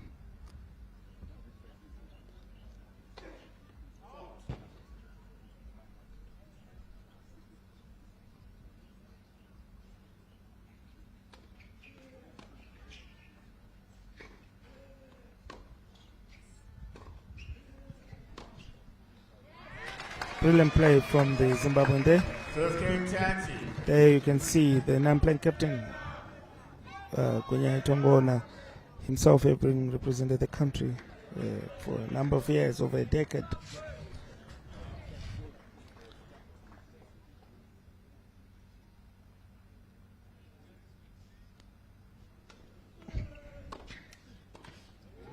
Brilliant tennis there from the young Zimbabwean. This is what he should be doing more, going for the ball, following up on his serves. You can see the crowd is enjoying this. Some of the fans who have come to watch.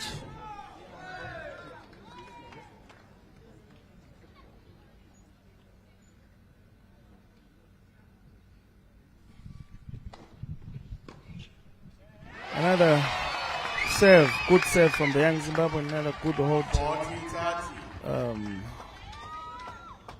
To try and hold his serve, but brilliant serving from the Zim. This is the first time we've seen him put a bit of power in his serve.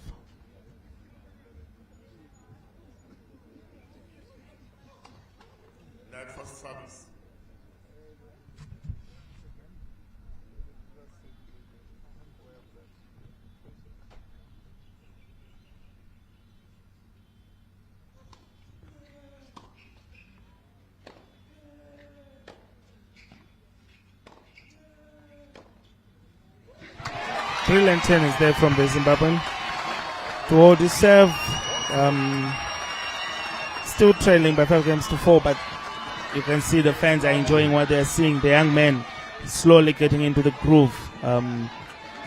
Interesting. If you are in Harare, make your way to Harare Sports Club to enjoy some live tennis. It's Zimbabwe taking on Morocco in a Group 2 tie. Fourth rubber. It's Ronan Mtisi, the young Zimbabwean. There you see him talking to his captain, Tongona, discussing about how best to close this. And there you have the Moroccan bench as well, discussing about closing this set. But good game from the young Zimbabwean to bounce back. At one point it looked like, well, it's gone to the Moroccans, but this was a very good service game from the young Zimbabwean, adding a bit of power and approaching to the net. That was the first time we have actually seen him come to the net and try and hit the ball, and he has won it, so it's important. It's a working formula actually. Adding a bit of power. There you have the Moroccans ready to try and close this. The non-playing Hikam Arazi rallying behind his young boy. It's a battle of the youngsters. They are only 3 months apart. All born in, they are both born in 2007. There you see Ronan Mtisi walking back on the court. And the supporters are loving it. They are supporting. They are rallying behind their youngster. There you see it. Beautiful faces there. If you are in Harare, please make your way to Harare Sports Club. If you are far from Harare, tune into ZBC TV.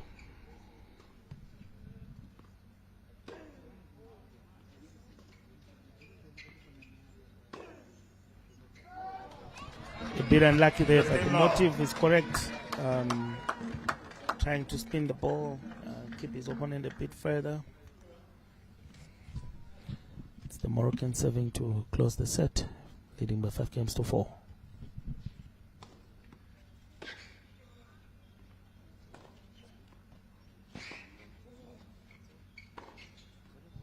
Brilliant play from the Moroccan there. I think the trick is in his serve, and then once he hits a good serve, then he follows up on the second ball. The second ball, he's been playing it so well so far, keeping his Zimbabwean opponent under pressure, making use of the second ball, and when the third ball comes, he tries to finish. Good and working strategy. Serving in this first set.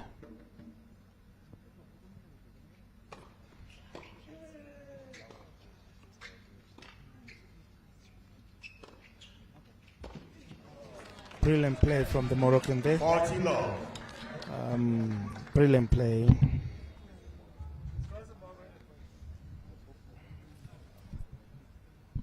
Serving to close the set.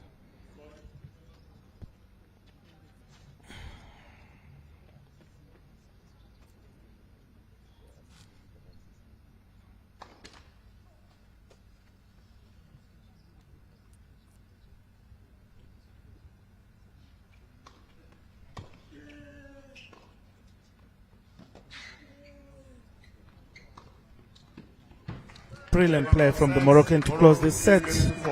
He wins it by 6-4. There you see the Moroccan captain clapping for his player. Beautiful tennis from the young Moroccan. He's sticking to the script, but we still have plenty of tennis in this particular match. It's a best of 3, so there's still a lot of match. There we have it, Zimbabwe playing Morocco. In this Davis Cup Group 2 tie. Currently we're in the fourth rubber, and Morocco has just won the first set by 6-4. It's the Zimbabwean Ronan Mtisi who is taking on Karim Benani of Morocco. There you see the non-playing captain Hikam Arazi and the non-playing captain of Zimbabwe, Tongona, talking to their young boys, telling them what to do. The situations are different, For the Zimbabwean, is trying to stay in the match. For the Moroccan, is trying to close the match in this set. No one would want to, the Zimbabweans would want to take it to the third set. The Moroccans are seeking to close it. So it's interesting. There you have on the screen the Moroccans, I think the strategy there is hold on to yourself, attack yourself, finish all balls. And for the Zimbabweans, maybe the strategy is a bit of change. I'm expecting a bit of change. Martin, there we have some fans from BSI, still one of the sponsors of this event for tennis. I think we would like to thank all the sponsors that have come through for this to to happen. make this happen. They must not only sponsor Devs Cup, but they must also go all the way to the development of tennis in Zimbabwe so that we grow. Definitely. So we are up in the second set. It's Ronan MTC serving to stay in this match and through the set. Ronan MTC of Zimbabwe, born in 2007, playing against Karim Benani, also born in 2007. Two youngsters who are trying to make a name in this game. 15 love.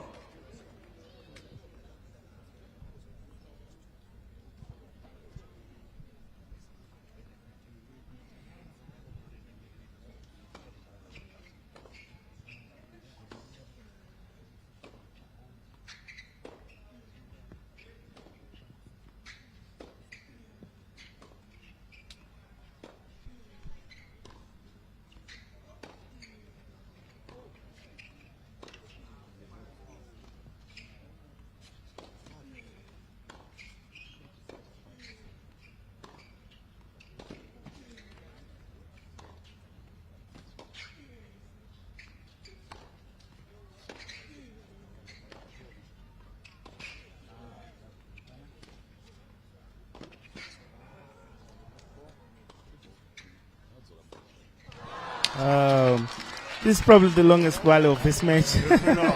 Good to see the youngsters exchanging balls like this, exchanging rallies. There you see the Moroccan spreading the ball around. Unfortunately, Ronan this time. After all that running, then he's just making error right there. Yeah, but you know, Martin, someone has to win the point. Yeah.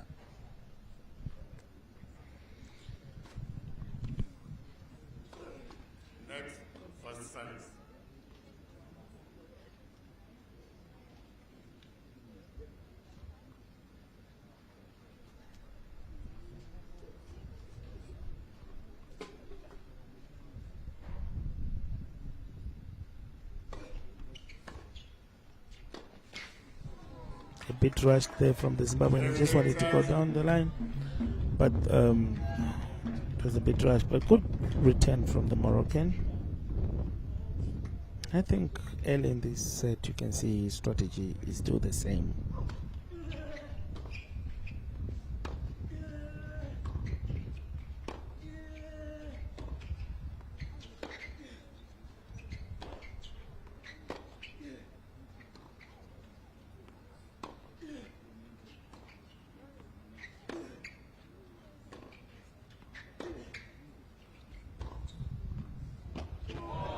Brilliant tennis from the young Moroccan.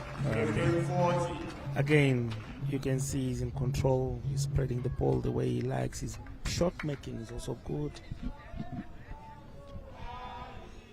Decision making, very important right there, Mike.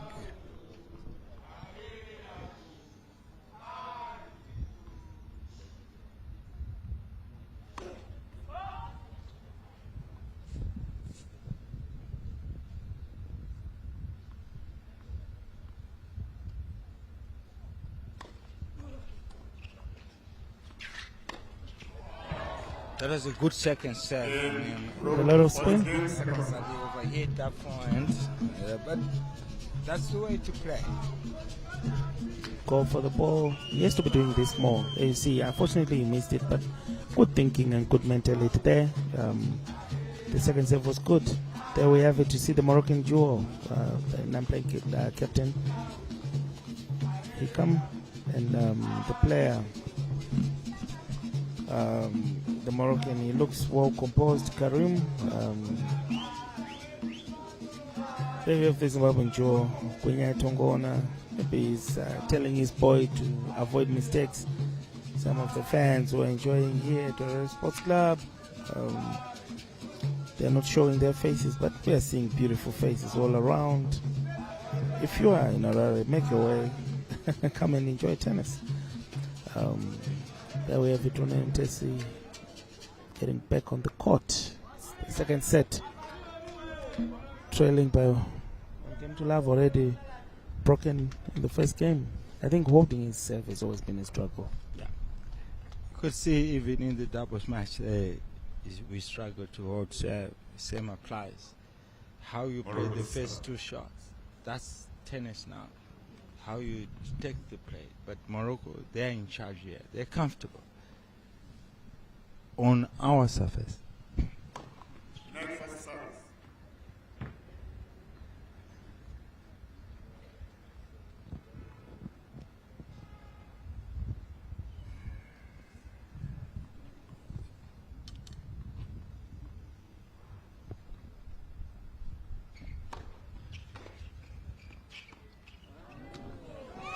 Good return there from the young Zimbabwean.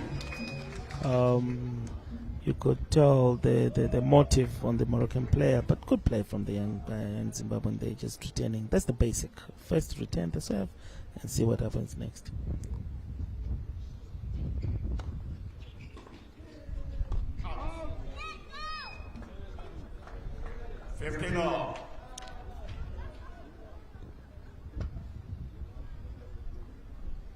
So Martin, we spoke about tennis development, yes, and all the points you have raised. That's interesting, that they're very valid and good. But after this kind of match, how does one recover, and prepare for the next match? Yeah. For Mtisi, do you think there is a next match? I don't know. Because it's That's that where we're consistency talking. that matters. Yes, that's what I was talking about. For the Moroccan, obviously, is going for futures, something like this. But from TC, we are going back to Mtar.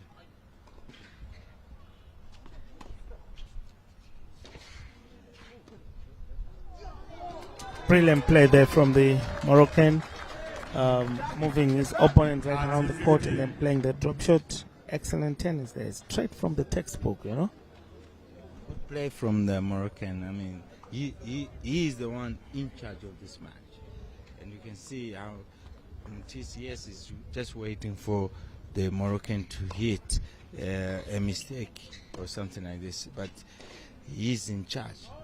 Another mishit from the young Zimbabwean. We've been seeing too many of these from the first set. Now we're in the second set, but now in the first set he peaked a little bit late.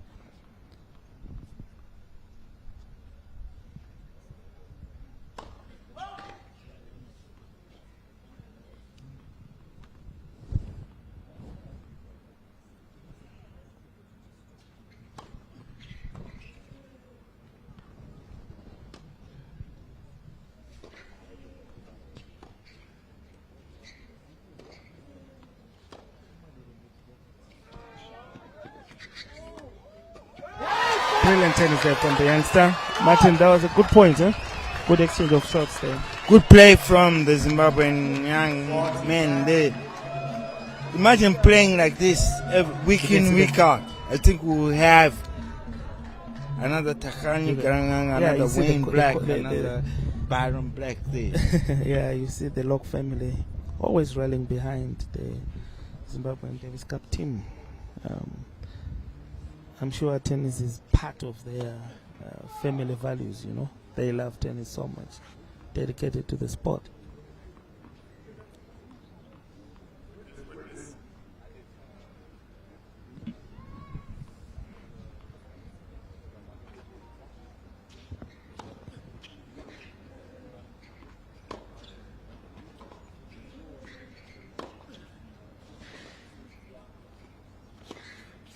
Brilliant tennis there from the Moroccan.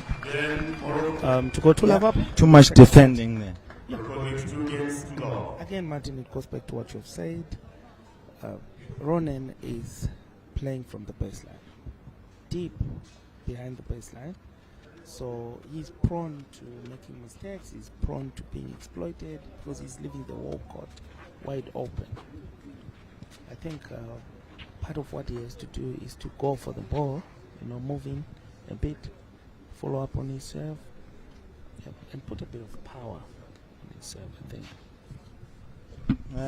Mike, you've been talking about power, but consistently he's not there yet. So power comes after consistency. You have to get that serve in, and like that. That's a good serve. Then you start from there.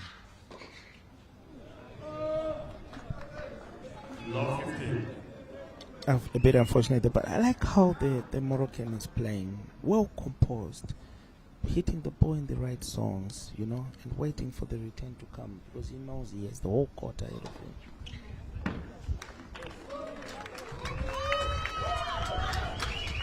Brilliant save from the young Zimbabwean there.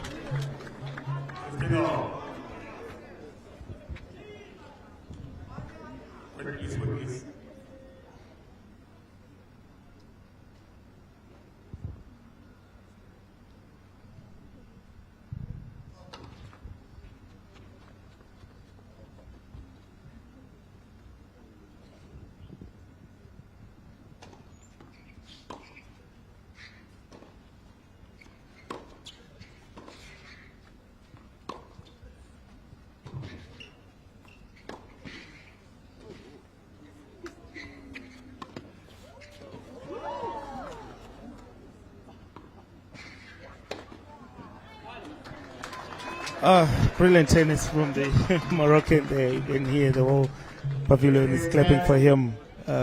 He's composed, Martin. Yeah, you can say that again.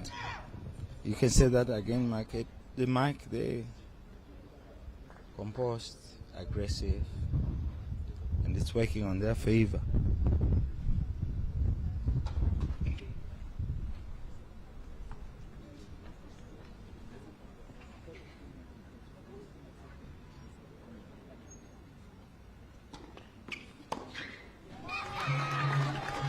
Good serve from the Zimbabwean there.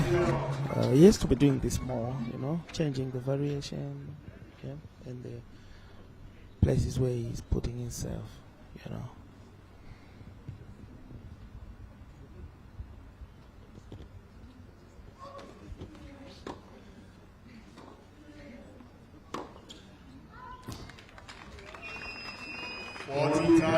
He missed it.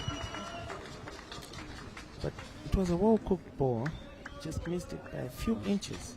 And you can tell his intentions there. His intentions, yes. And his opponent was just looking,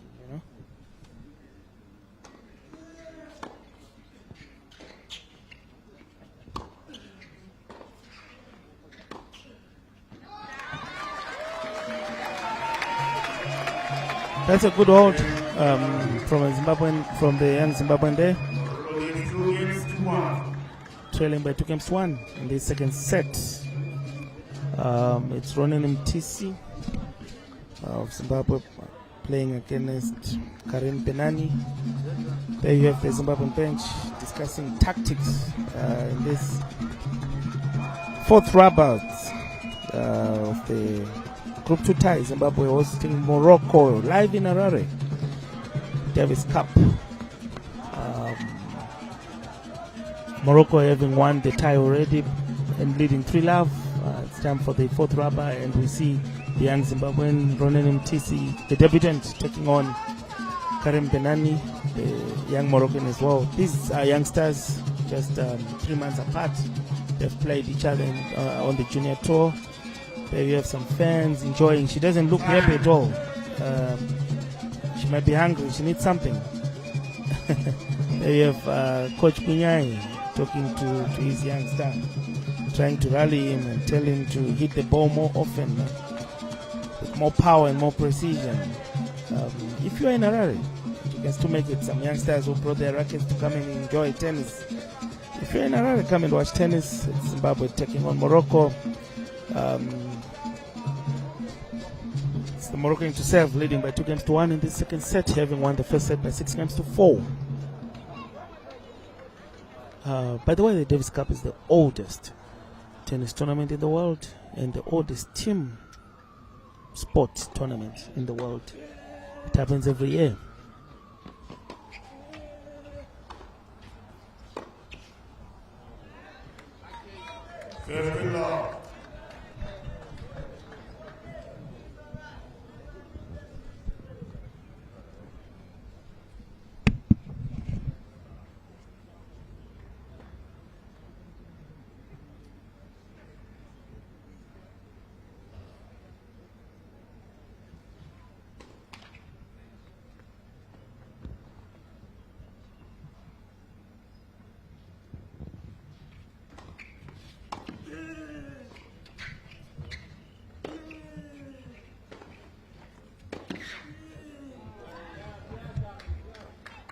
Good depth from the Moroccan there, exploiting his opponent's backhand, hitting it in the right zones, in the right areas. You can tell he's in the groove.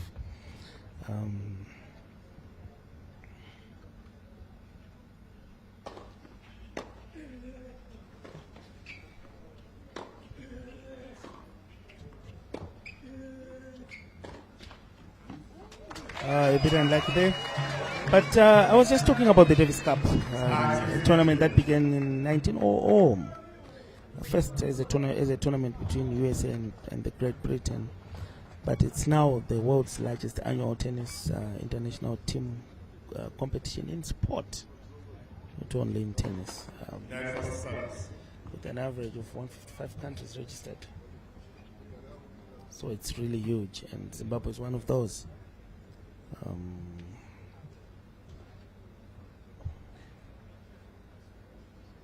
So far, no African country has won the Davis Cup. Yeah.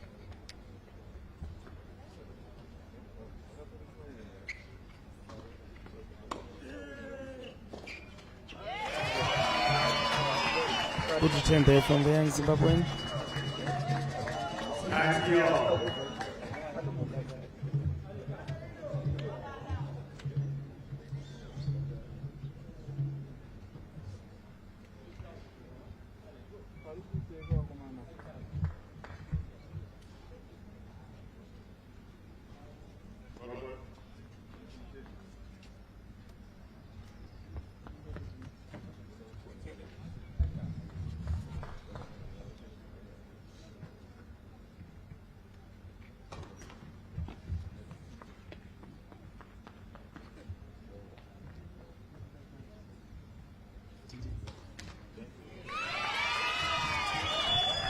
Double fault from the Moroccan there to give first break to Zimbabwean.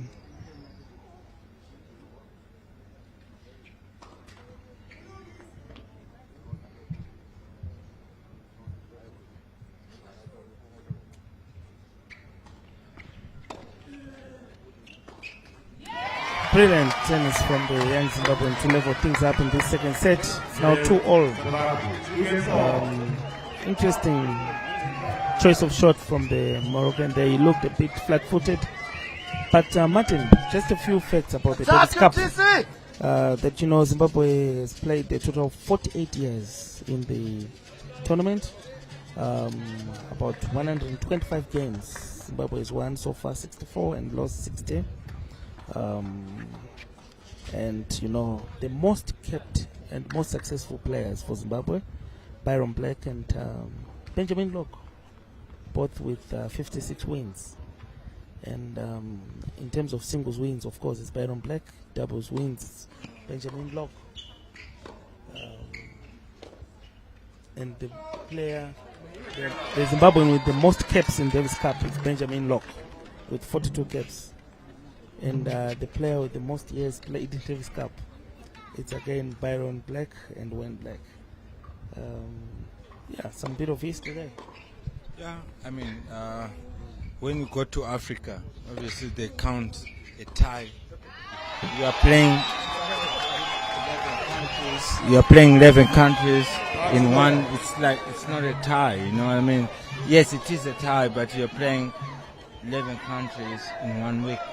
It's different when the blacks were playing, or when I was playing, or when Kunyai was playing. It's a totally different scenario. But they counted as a what? As a tap. Yeah, I get you, Martin. Yeah. But good to see Come to the net. the young man coming to the net there. He hasn't been doing it more often. But good. Yes, short selection. not a good first volley. Yep. But that's what he needs to do. I think if he works on his aggressive play a little bit, that's it. He can be, because at the best line is okay. He can hustle from the best line. But he also needs a bit of Yes.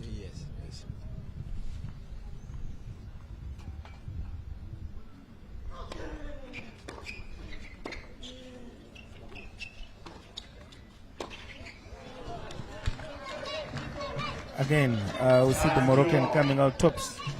Yeah, it's a good return. I mean, that Good was return deep. indeed, yes. And it caught Matisse there, not ready for the second shot. And he just gave it in, and the Moroccan going for it, forcing Matisse to make an error.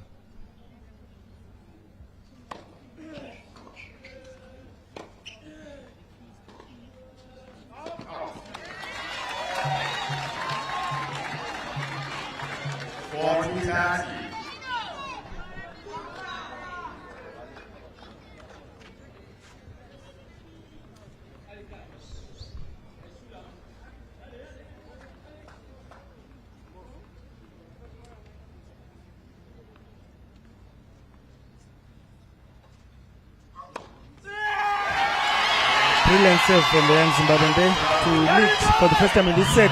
Yeah, a little bit of pace on that one from Matisse. Good variation. And he did, and it worked out on his favor. Brilliant save right down the T line there. Brilliant save. I'm sure the 9-play captain is telling him, oh, some fans enjoying the action here. They're enjoying, I'm sure, some juice, some hell, dancing to the music. There we have the two benches. I saw earlier on the Moroccan coach telling his player to calm down, and I'm sure on the Zimbabwean bench the strategy is go for the ball more, a few unforced errors, and try to break him now, so that you consolidate your lead, and level things up. If you are joining us, we are live from our Sports Club for this Davis Cup tie. Group 2 match, Zimbabwe playing Morocco. We have the players going on. We are on day 2.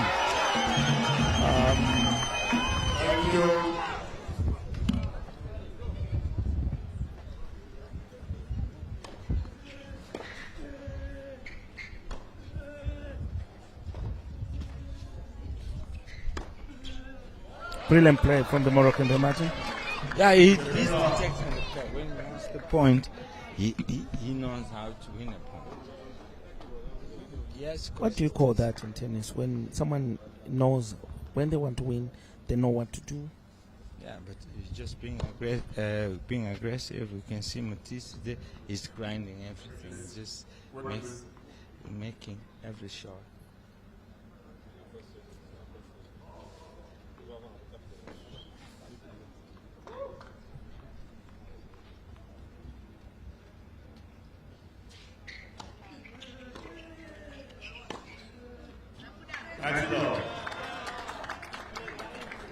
Another good shot from the Moroccan. Yeah, good shot. Huh? Yeah, he's in charge. When he wants it, he gets it.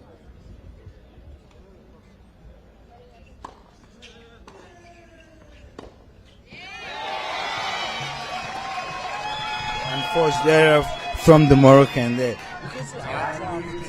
Even if that ball had gone in, how much could he have done on that one? Not much. Because it's too far. Yeah, I agree with you.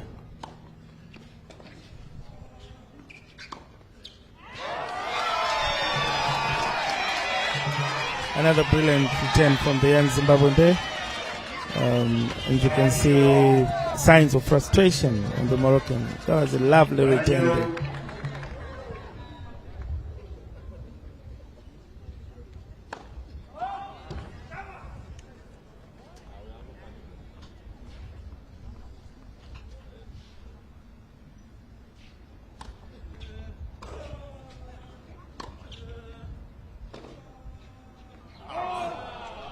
Just missed it by a few inches.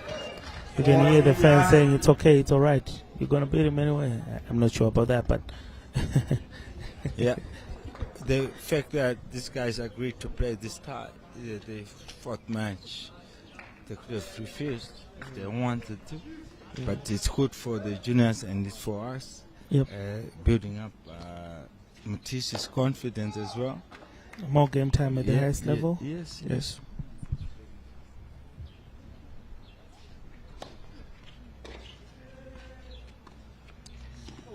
What a shot. Brilliant drop shot from the Moroccan. To level things up in the second set. 3 games all. It's Ronan Mtis of Zimbabwe, who is playing against Karim Benani from Morocco in the 4th rubber in this Davis Cup Group 2 tie between Zimbabwe and Morocco. Live from Harare Sports Club. There you see the confirmation of results. Morocco won the first set by 6-4, and it's 3 games all in the second set. It's the Zimbabwean to serve, to try and hold on his serve and stay in this match. It's a lot, Martin, for a young man to have the weight of the country on his shoulders, you know. Yeah, you have to start somewhere. That's a good part of it. You start there, then you grow into it. And I hope in September you'll be ready again. New balls.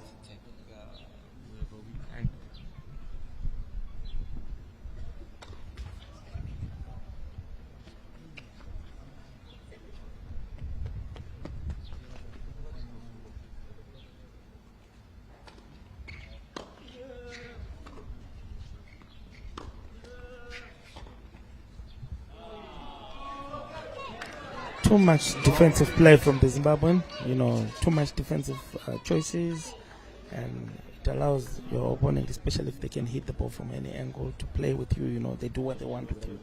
And they've been doing that, and we've seen since yesterday, too much on the defensive end, on the receiving end, and we are receiving.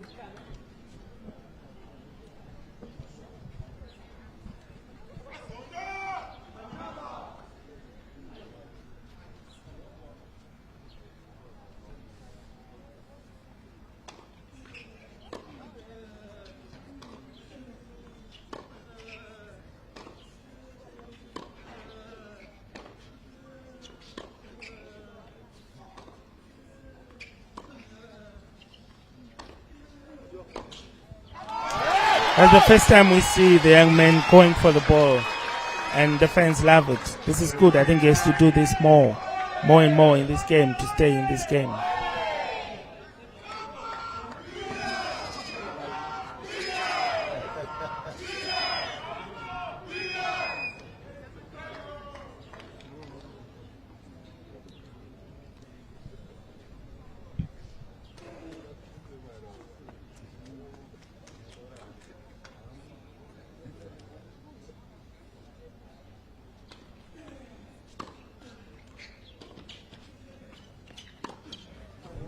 Brilliant tennis. It's the I like the return. I like the return. Did you see the return?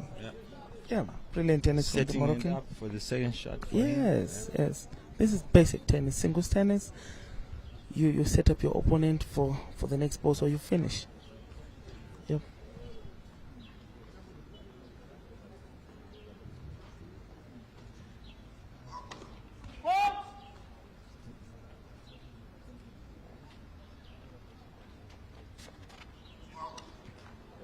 Oh, double fault.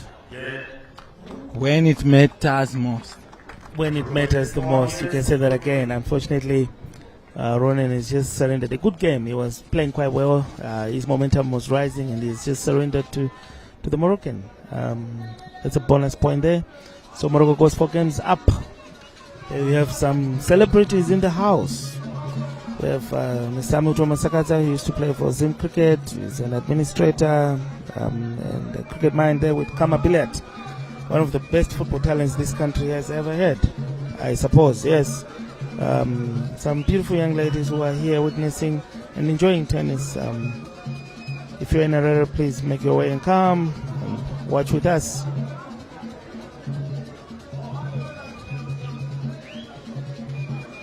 There you can see the Moroccan playing captain demonstrating, you know. A bit dramatic there, telling his player to hit the ball more, I'm sure. And you see on the Zimbabwean side, I'm sure the main thrust of their pep talk is to stay in the game. Stay in the game, no free points. It's no time for freebies. So we're in this second set. It's Morocco leading by 4-3 in this Davis Cup encounter between Zimbabwe and Morocco. Group 2, Morocco having already clinched the tie by 3-love already. So we're in the 4th rubber. It's Ronen MTs of Zimbabwe. Hey, there you have some of the fans enjoying themselves.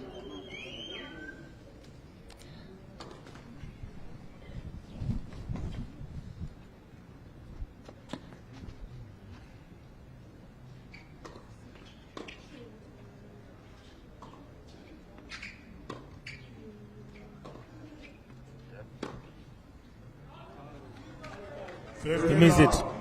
Again, he's hitting those spots from the baseline. I think he moves more into the court. It's much easier. Yeah. Good depth. They're just missing again. But it was good depth.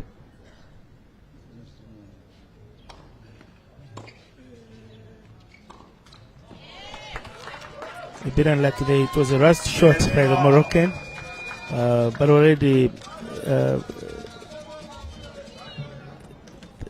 Mutisi, the Zimbabwean, is just stuck at the baseline. I was hoping by this time, at this stage of the game, he's going to move more, you know. Another brilliant serve from the Moroccan. He knows what to do. Yes. He has a pattern. He's thinking first ball, second ball. And I've been talking about this. That's very important in tennis. Your second shot is the most important. He's making, when he wants to hit, he hits it. Another enforced error there, because again, you've said this from the first point that he's stuck at the back. You are bound to make mistakes because you have a whole court and extra distance, you know, ahead of you. Yeah.